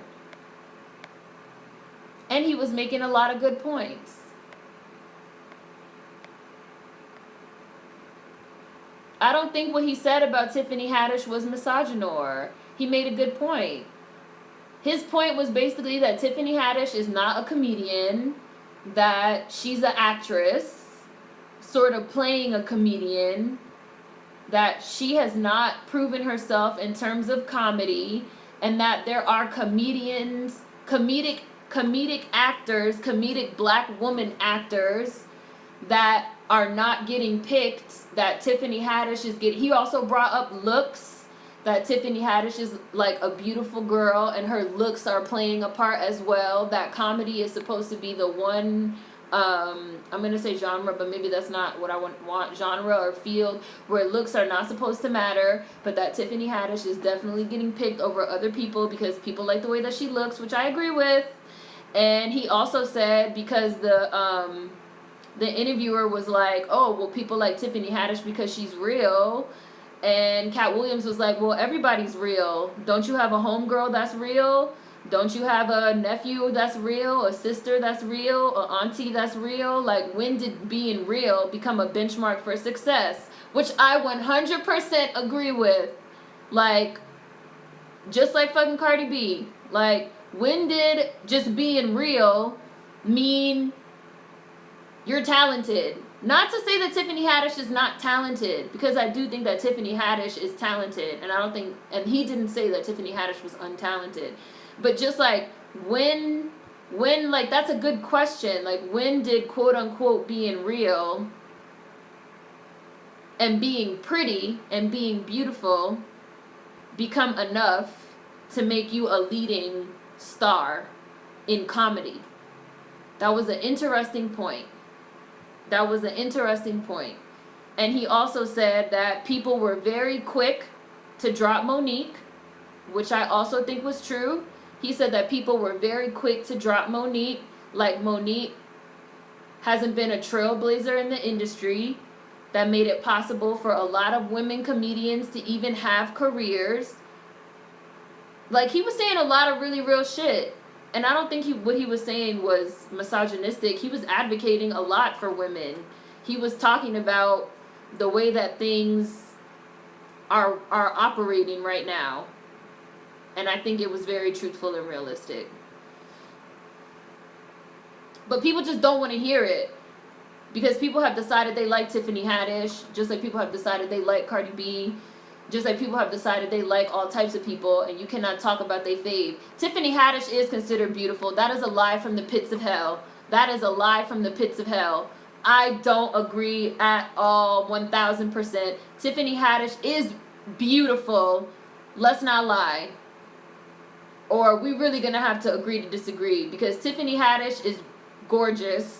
And it is played up 100% that she's beautiful. Have we not seen the fucking posters for Night School where she's standing like this and we could see her whole shape? Please, even in the trailers for Night School, there's a whole joke that's resting on how pretty she is, because Kevin Hart even says, like, you the Night School teacher? Like, the whole joke is her being young and attractive. Y'all not about to sit here and lie and say that Tiffany Haddish is not considered beautiful. We lying now? We lying? We lying? We straight up lying because we like Tiffany Haddish? And that's Cat Williams' whole point. That people have decided they fuck with Tiffany Haddish because she's real, you know, because she's the around the way girl, which it's nothing wrong with that. So they lose their minds when you start talking.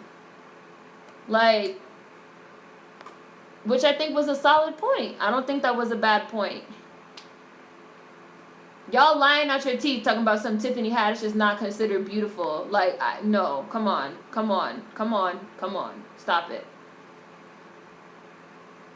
So basically that's what he said. He said that she has not proved herself really as a comedian, that there's other girl comedians that are funnier and are more established, but that Tiffany Haddish has been picked to become a star.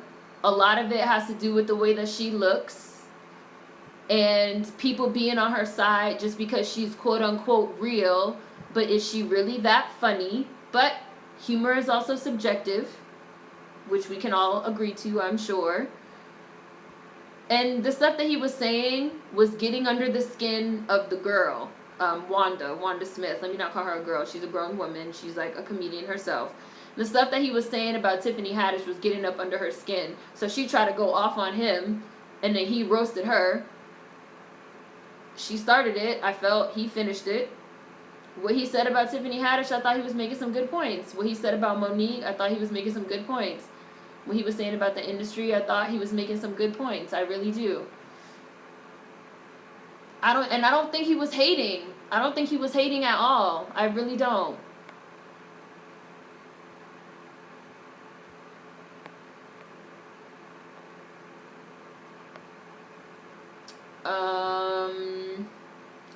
I would love to see the establishment of a true black actors guild. We have many talented people not getting shots, like no black actors unless they go through it. Oh, the guild, the acting guild thing.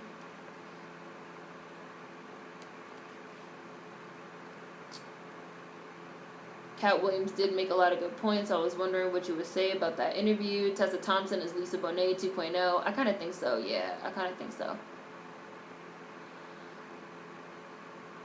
I saw on social media people saying that Cat was mad because he's washed up and Tiffany is on. See, I don't even... But, like, what does that mean? So that means that Cat Williams is not allowed to have an opinion unless he's relevant? I really don't even like that argument or that excuse. And Cat Williams even mentioned that in the interview as well, that he doesn't have to worry about being on because he's an independent entertainer that owns all his own shit. So anytime you see Cat Williams in anything or any of his content being used, he gets paid from that. So Cat Williams doesn't have to worry about being relevant for anybody, which I thought was an interesting point as well. He was making good points. What's your favorite Tiffany Haddish joke? Right, he did say that. He was like, Tiffany Haddish is supposed to be a comedian, but nobody could say what is their favorite Tiffany Haddish joke. He was like, Tiffany Haddish is an actress. Like, she appears in... He was like, maybe she's done like a little bit of stuff here and there, but she has not proven her point... She has not proven her chops of being able to stand there and deliver jokes for hours that are going to hit. She hasn't had any type of comedy special. She's an actress. She's in movies that somebody else writes. Jokes that somebody else writes.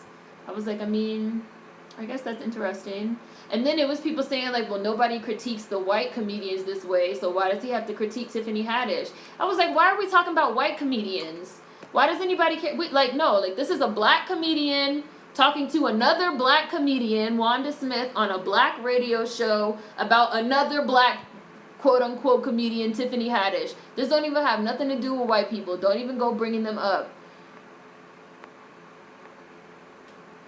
Cat murked Wanda. The shit was truly hilarious.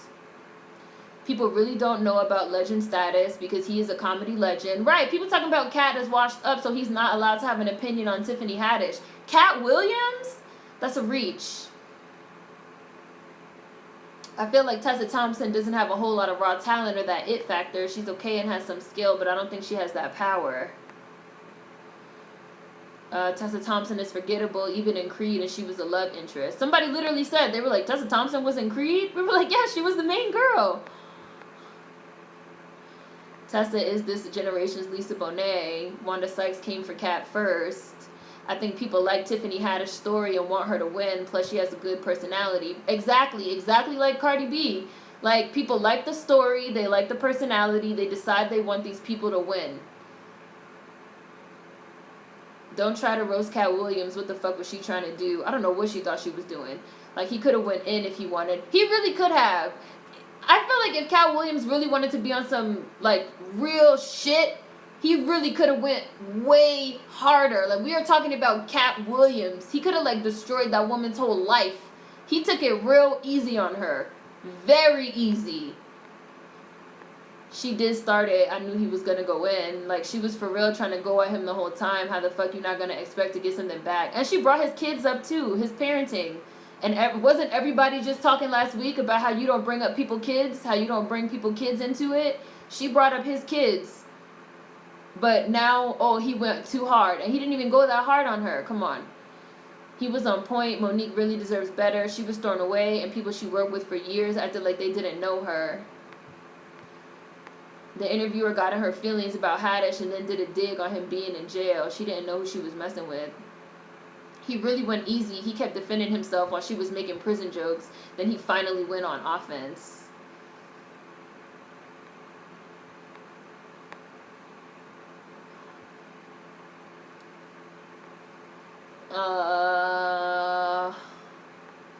Y'all know how I feel about Tiffany Haddish. Get your coin, sis, but she is the Cardi B of comedy in the sense that she's got hella personality and she's not that funny. I don't really think Tiffany Haddish is that funny either, but I have nothing against her. I don't mind, like, whatever. She's definitely a personality. Monique is funny as hell. I feel the same type of folks. Oh, Kendrick. Wasn't he in his feelings because she said she liked Brad Pitt? He did bring that up. He said that white people like her because she said that she likes white men. Tiffany Haddish has nice gowns, beautiful gowns. I also feel like the elephant in the room is that no one wants to say that Cat Williams didn't even really say is that a lot of people are wondering, is Tiffany Haddish, not is Tiffany Haddish a coon, because I don't think that she's a coon, but is her routine cooning? Like, is what she does cooning? And is that why white people like it so much? Is she really that funny? Or is what she's doing cooning, and that's why white people enjoy it? And I think that's the elephant in the room that people don't want to say. And Cat Williams didn't even say it, but he was kind of insinuating, inferring, but people don't want to say it. But I think a lot of people are wondering. And I do think people feel the same way about Cardi as well, since we keep bringing up Cardi. Like, is this cooning? Like, what exactly is this?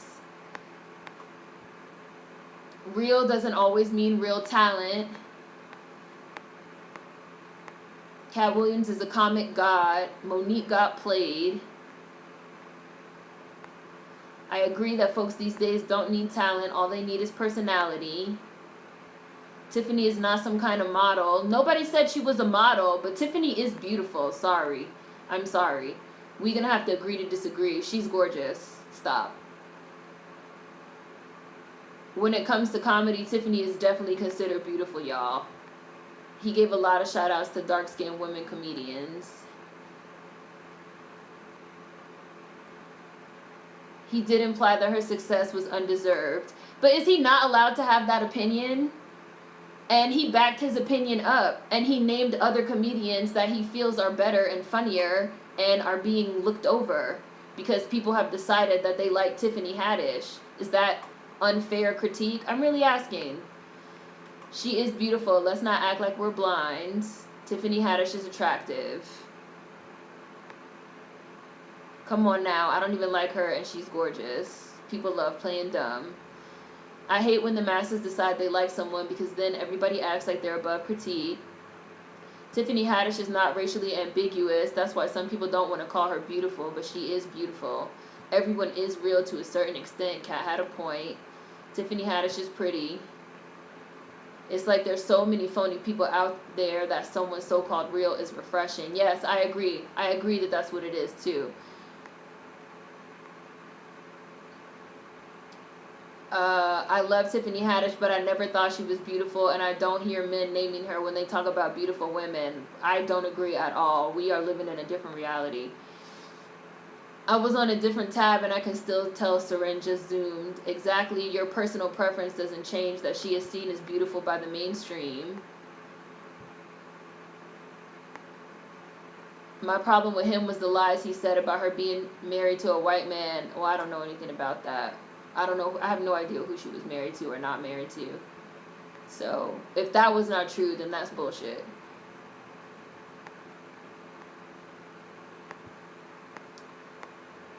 Melanie Camacho and some more are both beautiful, though, and even Monique. I know this is a long beast bait. We're going to end soon. It makes sense for him to be defending Monique because that's his contemporary. That's loyalty. We were talking about the next chat, and then somebody brought up Cat Williams, and so now we're like talking about the Cat Williams thing. This sounds like an interesting interview. Tiffany's ex-husband is black, not white. Tiffany's ascension always struck me as so odd and random because I remember her being on the Carmichael show, and it's not like she stood out and I watched every episode. Seren looks like she just got home from basketball practice with that hoodie and ponytail. Funny. Hasn't Haddish been doing stand-up for years and she was just on tour? I think Kat's persona and success could also be because he's funny and considered real, so I don't understand the problem. Tiffany Haddish just being on tour really does not say anything because Tiffany Haddish has been popping for the last few years. I've seen some of her old stand-up, but it was just like, I don't know, 10 minutes, 20 minutes. I think his point is that she's never had a full-length show. Like, she's never had a full-length show. If she has had a full-length show, then correct it, I guess. Correct him.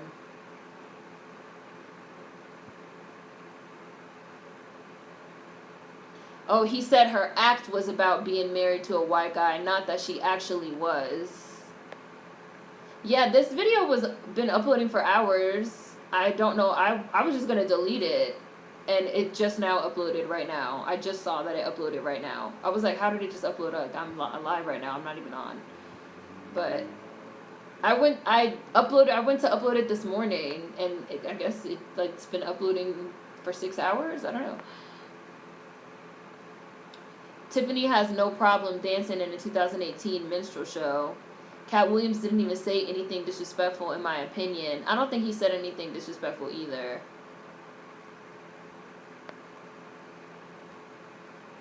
Cat Williams can make his money and chill. He says I own my shit, lock, stock, and barrel. I'm sick of this relevant versus irrelevant argument. Right, like, oh, he's washed up, so he's not allowed to have an opinion on Tiffany Haddish. Exactly, he was producing Red Grand Special, which is why he was even being interviewed. What Tiffany's doing is an updated minstrel show for white people. She isn't light-skinned, she has looks, and people like her personality. I don't like watching her, but others like her. Cat Williams and his family are eating. I like her joke about getting a Brazilian. I hate how people are talking about Monique nowadays like the Parkers wasn't the show. Tiffany Haddish is Cardi for film. Cat is still one of these generation's legends. He does have specials on Netflix. He said Girls Trip was shopped in 2004. It's a lie. Them white comedians are always going in on each other. A lot of these new folks are mediocre as fuck. Realness and all that shit is not the point. And I also find it interesting how people decided to zoom in on what he said about Tiffany Haddish and call it misogynoir. Like, he did not also talk about Jared Carmichael and Lil Rel and a bunch of other male comedians that are out and say the same exact thing. It's not like he was picking on her specifically, because he wasn't.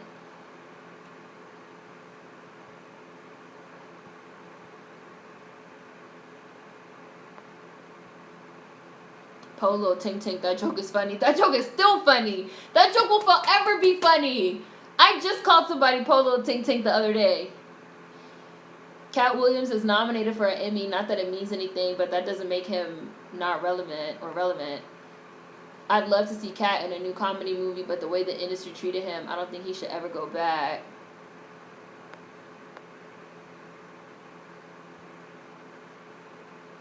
He did go easy on her.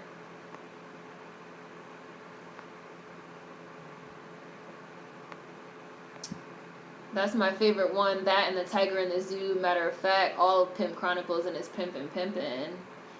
I just watched the Kevin Hart response on this. He was really going in on Cat Williams. Now, Kevin Hart, for example, I do think Kevin Hart is funny. And Kevin Hart has also done several, comedy specials. Kevin Hart and Cat Williams, they could probably, go back and forth. But, he even talked about Kevin Hart, too. He was giving his opinion on everybody and on the whole, industry. I don't know how that turned into he's being mean and picking on anybody. It's just because people have decided yet again that they have these favorites and you can't say nothing about them. That's whack to me. I don't know. People are so soft now, they get so sensitive about every critique. Right. When he was talking about Kevin Hart and Lil Rel and Jared Carmichael, everybody was sitting there kikiing and chuckling it up. When he was saying what he had to say about Monique, everybody was fine with it. As soon as he said what he had to say about Tiffany Haddish, now all of a sudden it's a problem. And the Wanda Smith chick is getting in her feelings. But all the shit he said before was fine. So y'all obviously have a favorite that we're not allowed to talk about. I'm over Kevin Hart. He's a coon. People in Atlanta say that Wanda Smith is rude on air and she deserved it. I think it's really telling that realness, aka acting like a stereotype, is the magical ingredient these days that allows black women to be put on in the mainstream. If you say Cat is washed, check your shoulder and make sure it isn't dislocated because you're reaching. Tiffany Haddish and Kevin Hart are coons. Kevin Hart is a coon, can't stand him. Kevin has a movie coming out with her, Tiffany Haddish. Of course he'll back her. Kevin Hart is a hardcore coon. See, a lot of people think Kevin Hart is a coon. And I think Kevin Hart is, pretty funny. But I do know a lot of people think that he's also a coon. Tiffany is a coon. I think Kevin Hart, again, I would say the same thing about Kevin Hart. A lot of what Kevin Hart does, what is it? Now, it might be funny, but what is it, really? is it coony? Like, is this coon behavior? I saw not Jungle Book, Jumanji recently, and he was pretty fucking funny in that shit, though. I'm not even gonna lie to you. Like, that shit was funny. And a lot of Kevin Hart's stand-up is funny. But I do think that Kevin Hart will coon in a movie for a check. Yes. My mom said that Tiffany has come across as coonish for a good while. It is coonish. It's shucking and jiving. Haddish's routine is cooning, and she's smarter than that. It's cooning for a coin, minstrelry. It's the same thing as Tyler Perry's Medea character. Kevin Hart let The Rock slap him on camera for promotion of their movie. That says it all. White people love ghetto and loud black people as long as they aren't dangerous. Tiffany Haddish plays up the loud, innocent, happy black girl thing. Tiffany Haddish says she couldn't read on the MTV Awards. Girl, bye. She's overly obnoxious. Not naturally funny to me, like it's gimmicky and manufactured. I agree. I agree with that. I agree with that. I agree with that. Hi, Timoteo. Tiffany is too much sometimes. She can be a caricature. She's a beautiful coon. Tiffany is a beautiful coon. This is where I think there's a thin line between respectability politics and cooning. Tiffany can be embarrassing. Tiffany Haddish is a stereotypical loud black woman white people love when you fit into that stereotypical box. I do think there's a fine line, and I do think, though, that you have people that realize that people love that shit up, that they love that shit and they eat it up, so they might naturally be. Like, I do think Tiffany Haddish is naturally ratchet as fuck. Just like I think Cardi is naturally ratchet as fuck. Just like I think Kevin Hart is naturally loud as fuck. And like charismatic as fuck with a big ass personality, which is why sometimes it can be funny. But then you have other times where they're obviously playing it up, exaggerating it, and like, is that cooning?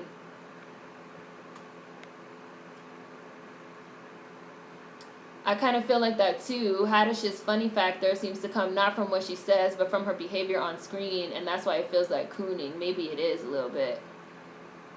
Hi, Juan. The chat might be moving fast. I'm behind. Well, it is moving fast. I'm already 10 minutes behind. I shouldn't be that far behind.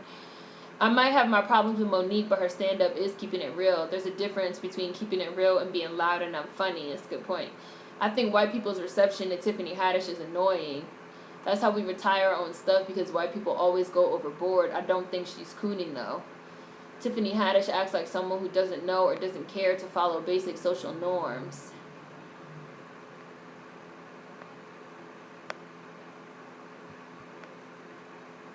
Tiffany plays it up and plays the white folk, so I don't know.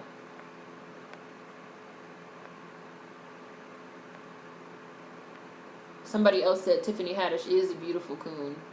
She's beautiful. I think Tiffany Haddish is beautiful, and I think a lot of people think Tiffany Haddish is beautiful. A lot of people think she's beautiful. I really feel that too. Like, her whole act is a gimmick. She just isn't naturally funny to me. No bullshit.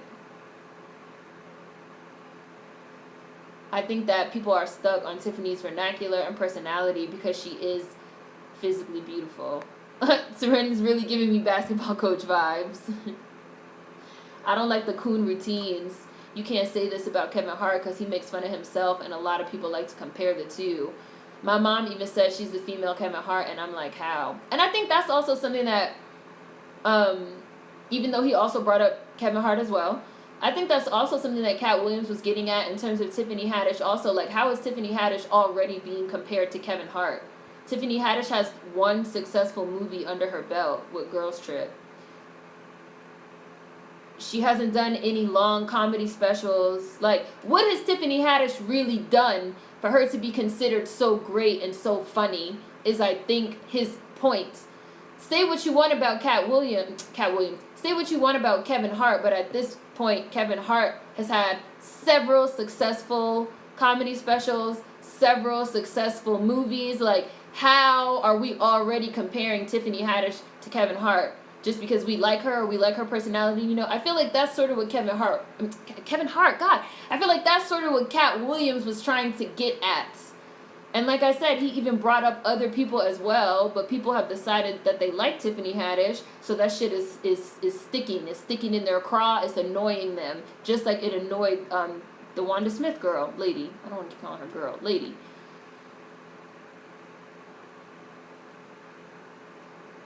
It seems like a lot of people from the Carmichael show kind of blew up. Yes. Jared, Tiffany Haddish, Lil Rel, etc. And I think Lil Rel is funny. And I've seen him do stand-up, and it was fucking hilarious. And I thought he was funny in Uncle Drew. Like, I haven't caught his show, but I do think he's funny. But it's not like, again, like, he was also brought up, like, a lot of people were brought up in terms of what Cat Williams is talking about. Cat Williams specials are at least an hour. Tiffany is a pretty girl. I'm waiting on Tiffany's standout movie to make a complete... Oh, and Cat Williams also said, he was like, her biggest movie to date is Girls Trip, that had 3 of some of the best, funniest, most well-known black women comedians of our generation, with Queen Latifah, Jada Pinkett, and now her name is not coming to me. Regina. Y'all know her name. Y'all know her name. Come on. Let me scroll down to the bottom so y'all can say her name. He was like, her biggest movie to Regina Hall. Thank you. I'm like, Regina. What's her last name? Regina Hall. He was like, and her biggest movie to date had 3 of the most well-known black comedic actresses in it supporting her. So, and he was like, and it's not like she wrote the movie. Somebody else wrote the movie. Somebody else wrote the jokes. And her support was Queen Latifah, Jada Pinkett, and Regina Hall. How funny is she? I feel like that's fair. That's fair. I don't think he was going overboard or being unfair. I really, truly, genuinely don't think that. And I think that people just don't like it because they like Tiffany Haddish. So it's like, you're not about to talk about our Tiffany Haddish. But like I said, it wasn't even like he was only talking about her. He talked about other people as well.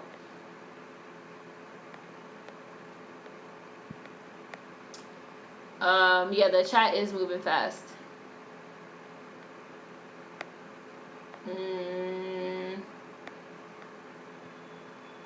Like, I do think he was fair and making good points.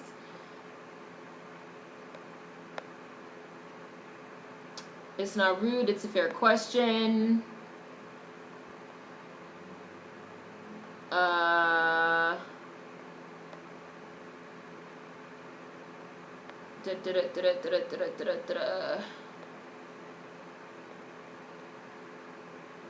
I'm waiting on Tiffany's standout movie to make a complete judgment. She holds her own in lineups and all-star cast, but her body of work isn't that impressive yet. In the movie coming out, she's married to a white guy, is what he was talking about. Yeah, I uploaded a video a long time ago, but it was taking a long time to process, and it just finished for some reason right now while we're in the middle of Beast Bait. Cat is far from washed. He could pick and choose his work. I think she is the female Kevin Hart, and that they both think the louder they say something, the funnier it gets. Paul, first time in the chat, and gave a good topic to discuss. Right, go Paul. You could come back anytime.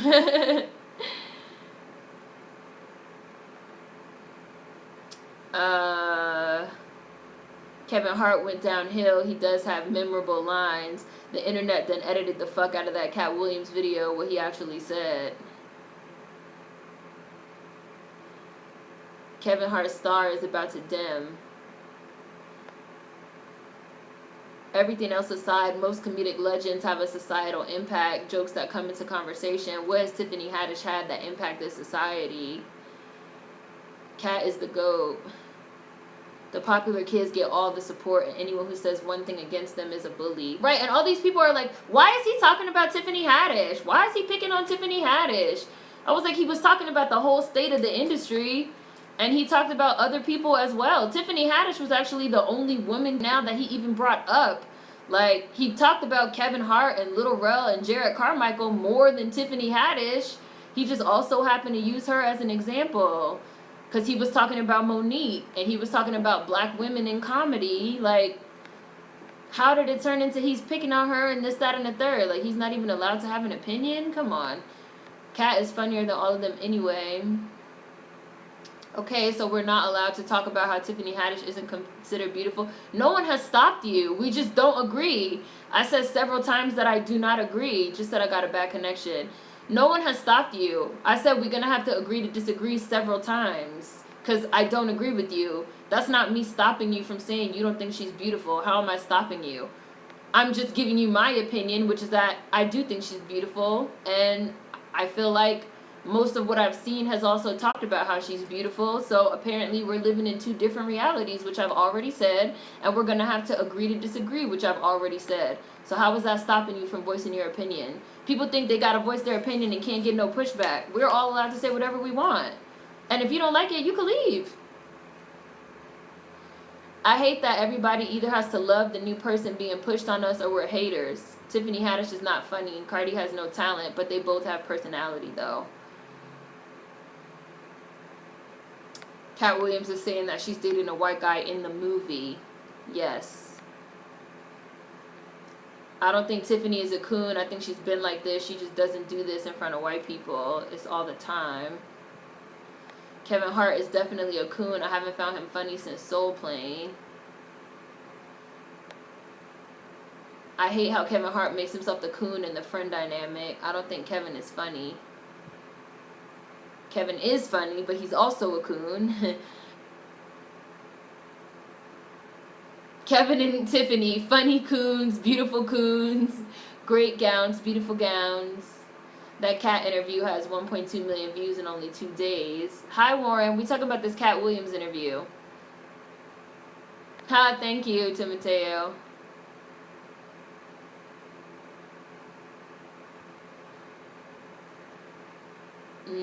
I think there is programming that light skin is supreme. So even when you say a darker skinned woman is beautiful, people don't believe it.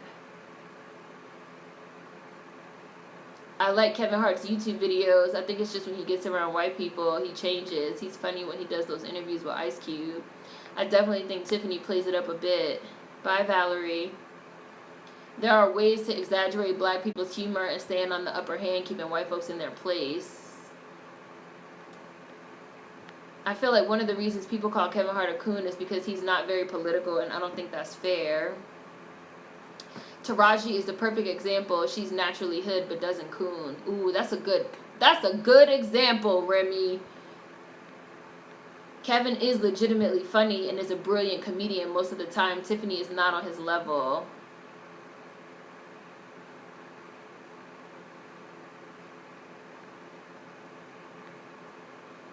Alex, are you talking about Tiffany or are you talking about Taraji? Maybe for me it's because she doesn't talk down on black people. Like she doesn't tell black people that we need to get over racism or that we need to reach out and love to white people. So is she a coon? Oh, Common. That's Common that said that. I saw Cat Williams live on tour. It was memorable. Perfect comment, Remy. Taraji. Right. I was like, perfect example. Didn't Tiffany Haddish do a shoot with Vogue? She's definitely a beautiful woman. She did do a whole spread with Vogue, and it was gorgeous. She's gorgeous. I don't find Tiffany funny, but she has made me laugh a little bit, but she's too obnoxious for me to get into her. Little Ro is funny. Yeah, there y'all go, Regina Hall. Tiffany was nominated for an Oscar for Girls Trip. That's how people think so much of her. That's how much people think of her. Ro is a good dude, but his show didn't look that appealing to me. The jokes could be stronger. Eddie Murphy would kill Kevin Hart if he ever decided to come back and do stand-up. Eddie already said it. Oh, Soybeans, you're back. You just saw the Cat Williams interview? Yeah, I just saw that interview. I agreed with everything he said. He said anyone who could read. That shit had me dead. Right, I thought that was very interesting. Because Wanda Smith was like, well, people like Tiffany Haddish because she's real. And he was like, well, everybody's real. Don't you have an aunt or a sister or a best friend or a cousin that's real? Does that mean that they should be comedians?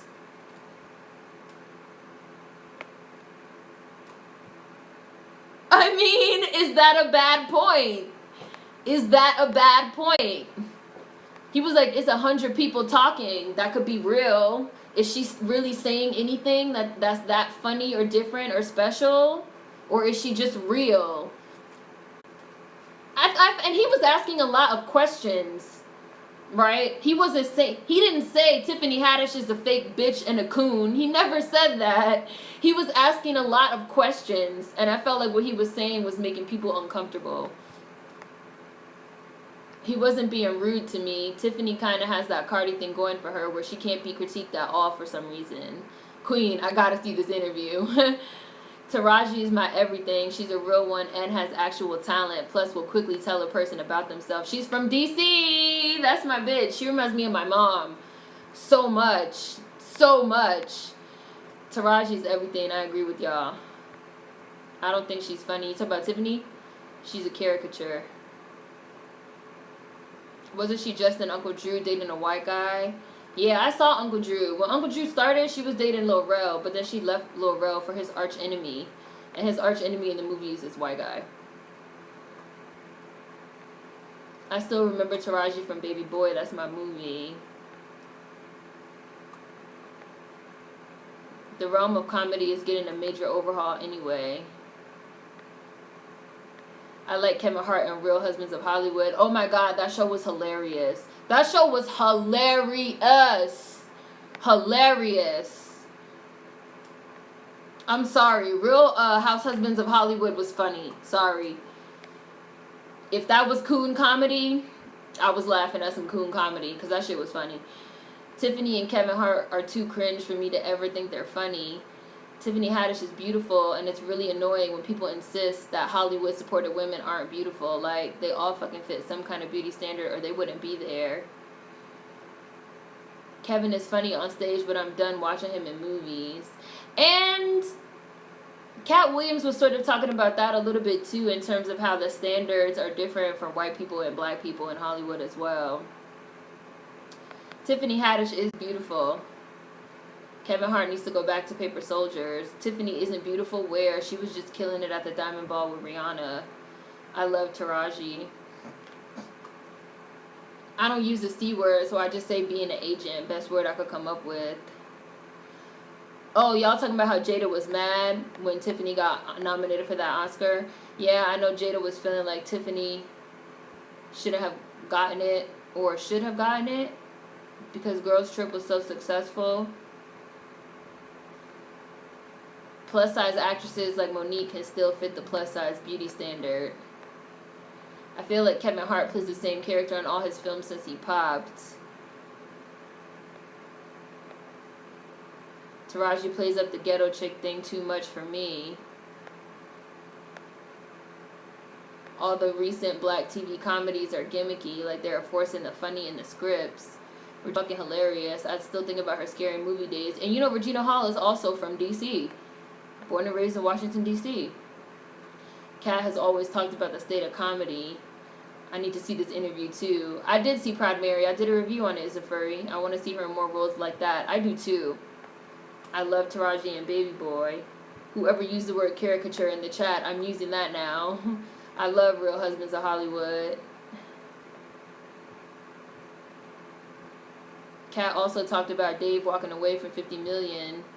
Because that wasn't what was due to Dave and how the industry shafted Dave with the drug crazy rumors. Like, Cat Williams has always talked about the state of comedy. And like I said, even in this particular interview, he talked about other comedians. But somehow it turned into him picking on Tiffany Haddish. Just because people like her. And he was asking some very interesting questions about her and her career. Taraji is ghetto, but put her in a movie or in a room full of white folks, and it doesn't feel like she's going out of her way to be ghetto and exploit herself. She just is how she is. Real Husbands of Hollywood is funny as fuck. That shit was hilarious. Like Real Husbands of Hollywood, I feel like in a few years is gonna be considered a classic, cause that show was mad funny, extremely funny, and yet again, I even kind of feel like this was Cat Williams' point even and talk about Tiffany Haddish, like what has Tiffany Haddish done yet on that level that could be considered classically funny aside from Girls Trip, if we want to count Girls Trip, which also had Queen Latifah, Jada Pinkett, and Regina Hall as the supporting cast.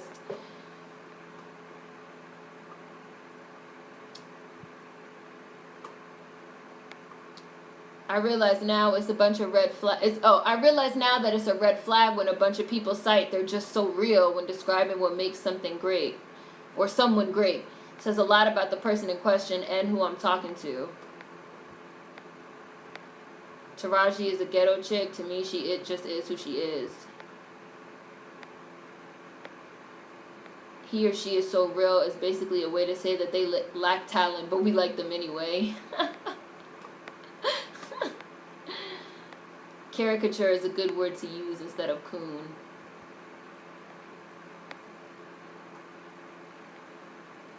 Tiffany Haddish as a black unicorn on SNL was kind of funny though. I thought I was the only one who didn't like Tiffany because she herself is a caricature. Oh, I just got to the bottom. I see what you're saying. Everyone has different standards on what things mean. I agree.